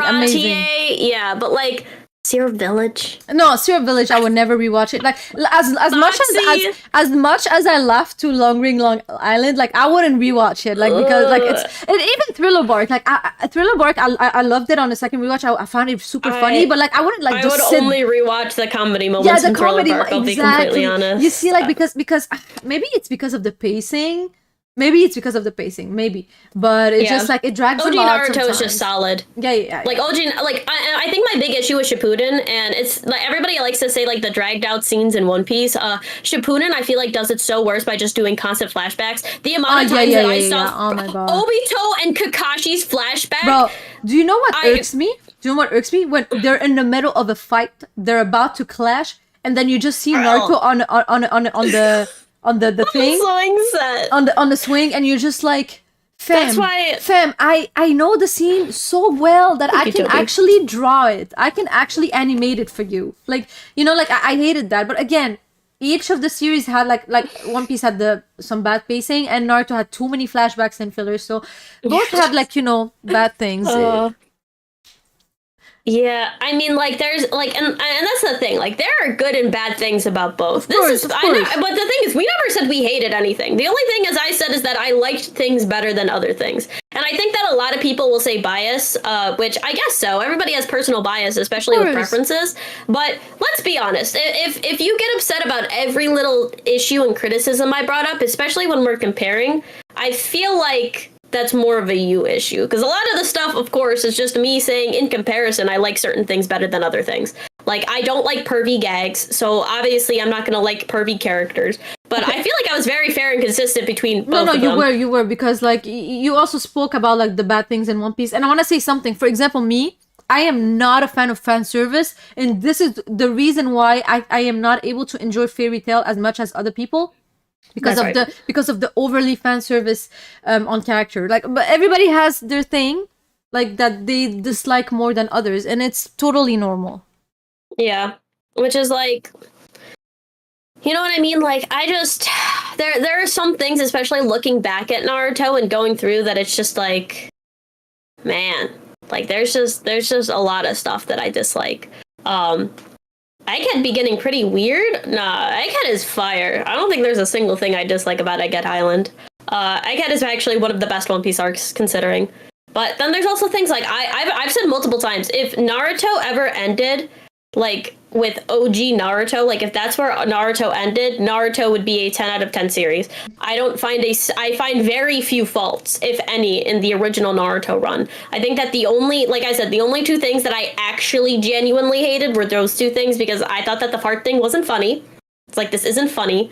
And the Sakura and Ino battle, I skip through it every time. I cannot watch it. No, it was bad. It was bad. You know, honestly, I'm still mad at Kishimoto for not making like strong female characters up until the end of Naruto Shippuden. I mean, except Tsunade, of course. But it just like, oh my god, like the women were so underwhelming, bro. And you know what's crazy? Sakura was presented as somebody who was good with genjutsu, right? Or like not genjutsu, right? She was able to get out of the one genjutsu. No, but what I mean is like she was presented as like that was her main force. Like that was like, yeah, and then they never. She was supposed to do it, but then Sasuke got the thing. Jalopy also said his favorite arc is Land of Waves. I agree. It's actually still one of my favorite. Chunin exams, especially the Sasuke battle versus Orochimaru. I would rewatch the Chunin exam like every day. I loved it so much. Honestly, Chunin exam. Naruto versus Gaara, bro. Oh, bro. That fight was fire. Bro, that fight was yo. Even Shikamaru, I loved like his fight when he was like With using his Tamari? brains. Oh my god, it was amazing. His fight with Tamari was honestly, fantastic. the fights like were like we should have made a question about like which one were the best fights and stuff like that because We can. Yo. The best fights I would probably give to Naruto just because there's so many good fights in the series. Like there are some great fights in One Piece, but no fight scene, in my opinion, comes up to Madara versus the Shinobi Alliance, bro. Shit is fire. So D with the 50 pound, he said Kishi forgot Lee and Neji rivalry. By the way, this is pesos. Oh, pesos. Oh, You it's see, peso. that's what I was wondering. I was like, what is that? Okay, pesos. I thought it was the pound. I don't know. I was like, it's Listen, pounds. I don't know currencies. I only can know Canadian Sorry. and American. Oh, then he's from Mexico then. Yeah, Cool. that's cool. But yeah. So Kishi forgot about Lee and Neji rivalry. I mean, yeah, he didn't really dive deeper in it. He could have. Yeah, there was an entire thing, and this is why I say like Shippuden, although it has some of the most hype moments, like Jalopy was right. Shippuden has like some of the best moments in Naruto, but it just there's so much stuff that I feel like is missing. But I mean, like like I said, I think that some of my favorite moments, like other than like I feel like a lot of the OG moments in Naruto, like OG Naruto versus Sasuke was fantastic. I also really enjoyed Naruto versus Sasuke Part 2. In the final for Shippuden. Yeah, I mean, it's the most iconic fight. It's the best. Like I said, my favorite fight in like all of fiction is Kakashi versus Obito. Not only was that one of the most emotional fights, not only was it some of the best choreography in anime, not only did it have one of the best soundtracks and sound sequences and sound effects, but everything was executed so perfectly within the story. Like I don't think any fight in One Piece comes close to Kakashi versus Obito. I don't think any fight in other shonens come close to the breadth and gravity. Sasuke versus Itachi was good. I just, like I said, I don't like the reincarnation jutsu for a lot of things. I think it was fine for those, but it's like, especially with Asuma, man, like it just leaves a bad taste in my mouth because I feel like it was perfect and then they kind of ruined it by bringing him back and doing it again. It's like, I still am proud of you guys. But wait, like, okay. so like you would put it on top of like Gear 5 Luffy versus Kaido? Yes. Okay, and even like Sanji versus Queen, Zoro versus King, all of these fights. I don't care. Ooh. I don't care how good the animation or the compositing was for those fights. Kakashi versus Obito is the best fight in shonen, like hands down. It's just not Me, close. to be honest, I still don't have like my best fight. I need to like make some research to see what exactly I like. But when it comes to emotional fights, the one that I remember the most is Sanji and Queen. Just because of like the whole Sanji character development, but again, there was like so much more emotional fights in Naruto that were really well made as well. And also there's a lot of people that like when it comes to like picking a fight, they pick it like for animation or for because they're favorite characters, or they pick it just because like I prefer hand-to-hand combat. Oh, I prefer sword combat. Oh, I prefer this. I prefer that. So like, there's a lot of. I feel like Naruto has everything, which is like why the fights are like. I'm not gonna lie. Like, even though I think like some of the fights in One Piece are very emotional and good. Like, I mean, somebody even brought up like Jiraiya versus Itachi. I mean, that was amazing with like the frog stomach. Like, there's just so many good fights. Even I'm gonna be. Was it Sasori? Was the puppet guy for the Akatsuki versus Sakura? Oh no! That actually hits in the feels. I forgot about that. You know what? No, you're right. Okay. So there is this is what I'm talking. Okay, maybe because I think of all of these moments and I think about like peak moments. I think about these moments, but now I understand better your question in the past because like I was thinking about all of these moments when I thought about peak moments. Okay. But now I get more your question now. But yes, when it comes to emotional fights, Naruto takes it. Emotional fights, 100%. Like there's just like a lot, and it's like I wouldn't consider these fights as like the peak moments because a lot of my peak moments as you realize like aren't fights like because I death. feel like it's more like it's literally like the series defining moments is I guess what I should describe as peak. Maybe a lot of people also were thinking about this. I don't consider fight scenes as the peak of stuff because there's so many fight scenes in these series. Yeah, because well, it's a fighting shonen, right? So there's going to be so many fight scenes that you can be like, oh, this is the best fight, but this one is better, but I like this, and it's like there's a lot of stuff that it needs to be in its own category. Where it's like when I think of peak moments, I didn't count Gear 5. I don't think as like a peak moment. Like even though I think it's very good because it's within a battle, I wouldn't consider it like one of the peaks of One Piece. It's like specifically my 2 peaks that I had. Like that's why I consider it more of like a transformation because that's what it is. But it's like I think I considered Gear 4th a peak. But even like looking back on it, like I don't think I would even consider that like a peak moment because it was in the middle of a fight. Like I'm taking it back. I shouldn't have put that because in reality, like it was in the middle of a fight scene. Like even though it had that, like even though it was great, I would say I would take that back. Sasuke's I've lost a peak. Yeah, I would probably consider that because that's an emotional moment like after a fight scene that doesn't have it, where it's like that's like the emotional character building, story defining moment. And it's like, I think it's one of the reasons why I didn't count Kakashi versus Obito as a peak either, because Kakashi versus Obito is a fight scene. And I think that they need to be in their own category, where it's like peaks are emotional, character-defining, story-building moments in the show that prove that it has these story-building elements without just being about like cool fight scenes and cool animation. Which is why, yeah, like... that's why I was like, there's nothing in One Piece. Like, that's why I would say, like, deaths are a really good thing, which is why I was like, I don't think that Jiraiya's death was as sad as, especially as Ace's, because I feel like even though Naruto's reaction was extreme, like, I think that Luffy's reaction was better. I feel like Ace also, like, it hit so many people at the same time. There was so much more, like, there was, like, a bigger build-up. And also, like, there was, like, it affected way more people than Naruto, like, only in the Naruto verse. In the Naruto verse, like, it affected Tsunade and Naruto. I don't even know who else it affected, to be honest. Yeah, it was just, like, it was such a bigger moment in One Piece. Yeah, exactly, It was, like, this, exactly. and that's really the moments I'm talking about when I talk about, like, peaks, where it's, like, peaks and lows, where it's, like, I would consider, like, Seer Village, like, if something makes me want to drop the series, I consider it a low. Oh yeah, no, I completely agree with you. I'm telling you, like, things like that can like ruin an anime, honestly. Yeah, but it's okay. Like every anime has bad arcs. It's fine. Yeah, but I would give fighting to Naruto just because I think it has the perfect balance between like emotions and fight scenes, and it's like even though I think Gear 5 has, I mean, like obviously like One Piece Wano has better animation, but we have to also consider everything that happened before. Luffy versus Lucci is great as well, but it's like I don't know, it just doesn't. I'm gonna be honest with you. I don't know why. Maybe I need to rewatch it. But like, whenever somebody asks me like, "Oh, best moments in One Piece," I don't even think of that. Like, I think of it because it's like in the top of everybody. But like, it doesn't even like come to my mind at first when it comes to fights. I mean, yes, like it's one of the best fights, but like, it's not the one that I enjoyed the most. I enjoy fights that are more emotional. That are like more like, oh, look at the technique he's using. Look at like, how well they're fighting. I care more about like, oh, why are they fighting, or like them. I mean, yes, there was a lot of emotion when it comes to Robin, but I feel like there's other like fights that like were more like personal, in my opinion. Agree.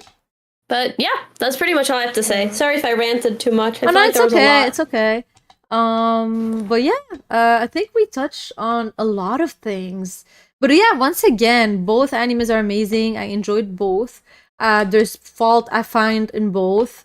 There's flaws I find in both. It's just like, you know, it's normal. And for the people who are like, oh, you guys shouldn't compare, blah, blah, blah.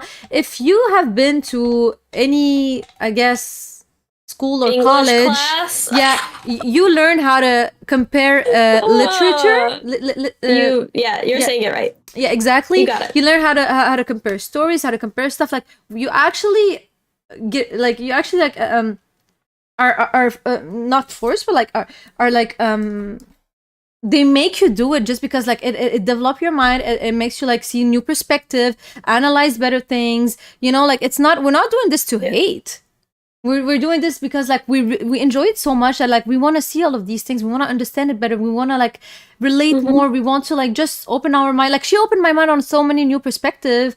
Probably I did some, some other stuff. Yeah. So like it's really like, you know, it's just like sharing knowledge and stuff. And yeah, sometimes we'll be biased. It's normal. But we're trying our best to stay neutral. So I mean, to be fair, I feel like the entire world of bias, like everybody has personal biases based on their life experiences, based on their educational status. Like everything is biased. It's all about the way that you're able to explain your bias and if other people can understand where you're coming from. So when people like spew like, oh, you're just very biased on certain things, it's like, of course, everybody has biases. Nobody is neutral. It's a fantasy if you think so. But unless you're able to debate or interact with those things, I don't think that it's an intellectual argument. And to scream bias, in my opinion, is to scream ignorance. Instead, obviously, as we did, we really interacted with a lot of debates. And it's like I said, me and Hime actually disagreed. Yeah. Quite a lot in here. Like, I didn't think we were going to disagree as much, but I feel like there were certain topics that I vehemently disagreed with Hime and that she disagreed with me, and we kind of went at it. And I feel like it was a very productive conversation. And I think it shows that, like, even if you're talking about certain things, you can have differences and you can open up your mind and you can see things in different ways. And it's okay to disagree. But yeah. But I think that was it. So I'm gonna close it up. So I'm gonna say thank you for everybody in the YouTube. Sorry, like we were like so like debating so much that I wasn't able to read everything. He made breaking my heart, you know, Sebastian. but yeah, like this is the first time we tried like a format like that, and I think we're gonna like, you know, do it much more again because I really love debating with her, and obviously she loved debating with me, otherwise she wouldn't be doing that. So that's right. Yeah, so it was really, really cool. So if also guys, if I know that a lot of you guys are like members, have your memberships in my YouTube and have also membership on Chestnuts YouTube, and I think that like I can make a post, a community post, and you guys can give me like give us topics if you guys want that you would love us to discuss. Also, we can do that. But otherwise, thank you a lot for tuning in. Even for the TikTok people, thank you so much. Chestnut, if you want to tell them where they can find you and everything. I do, but first I do want to say that we are going to be switching up the Chibi Girls podcast a little bit. A lot of you probably don't know this is like an actual podcast that we do on YouTube, and we also throw it on TikTok as well.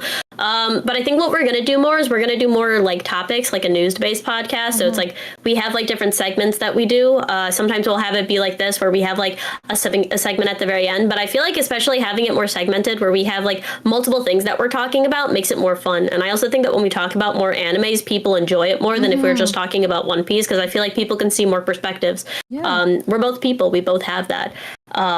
My channel, I'm the Chestnut Tanuki. That is at Ohime Tenchi. We're both on YouTube. We have this podcast every Tuesday. Whatever channel it is, you have to subscribe to both to be able to figure out which one. But also, we watch a ton of other animes. Like right now, me and Hime are watching Konosuba of all things, and we're enjoying the heck out of it. We need to talk about that like in the next stream or something, because I'm a hater of isekais. So for me to enjoy it, anyways, this is a subject for another stream. Yeah, it's in my bio. Yeah, honestly, and I feel like we should talk about like isekais. Like I want to eventually open up this podcast, which is why it's like not a One Piece podcast. Like this is supposed to be like a very neutral podcast. So we can talk about a bunch of things. Like I made this one post about like Bleach, and like I was doing character analysis on that. Like we watch a lot of other animes. Oh yeah. Hime's like the manhwa queen. Like once Solo Leveling comes out, I'm sure she'll be making content on it. But yeah, I'd love to talk about more stuff. And if you guys want to find me on my TikTok, if you want to come over to see my YouTube, I do have some videos. I will be doing more content over there, hopefully, for long form. But it's in my bio. Hime, who is also here as well. If you're on my TikTok, please make sure that you go follow her. She is amazing. Her links are all in her bio as well. And then everybody who is still here, thank you guys so much. Sorry that me and Hime were kind of arguing. Yeah, no, sorry. Yeah, normally I read more comments and everything, but sorry, it's just like I wanted to keep track, and I wanted to like keep track of my ideas as well, so it was a bit hard to like manage both. But yeah, and again, thank you for the gifts. Like, thank you for all of the gifts. If we missed you guys, I'm sorry. Yeah, I'm so sorry. I know. But I also feel like me and Hime, like, we're fun to watch debate, and we have fun debating. Also, anything that me and Hime do, just understand me and Hime are best friends. Oh, yeah. There's no, like, even if we disagree, like, there's no bad blood or anything. If anything, I'm happy that we're not just agreeing the whole time because it would be boring for you guys. It would be very boring. Yeah. But yeah, me and Himai are like actual IRL besties. We see each other every day, so she has to deal with my booty. Everybody's sending. Thank you so much for all of the gifts. I really appreciate it, guys. But yeah, if you want to close it out. Yeah. So again, thank you, and tune in this Saturday. We're going to live stream the One Piece episode 1076. Is it? Yeah. Yeah, we'll do that. And then maybe we were going to do the Jujutsu Kaisen episode when That the AOT too. one drops. I think we're going to do it on the Saturday at nighttime. We'll do the AOT episode because I know that a lot of people will like that. Yeah, that would be really cool. But thank you, JK. But yeah, 100%. So thank you a lot, everybody. I hope you have a nice end of the evening. Yeah. So It's goodbye. 9 o'clock. 9 o'clock. Peace. Yeah, bye.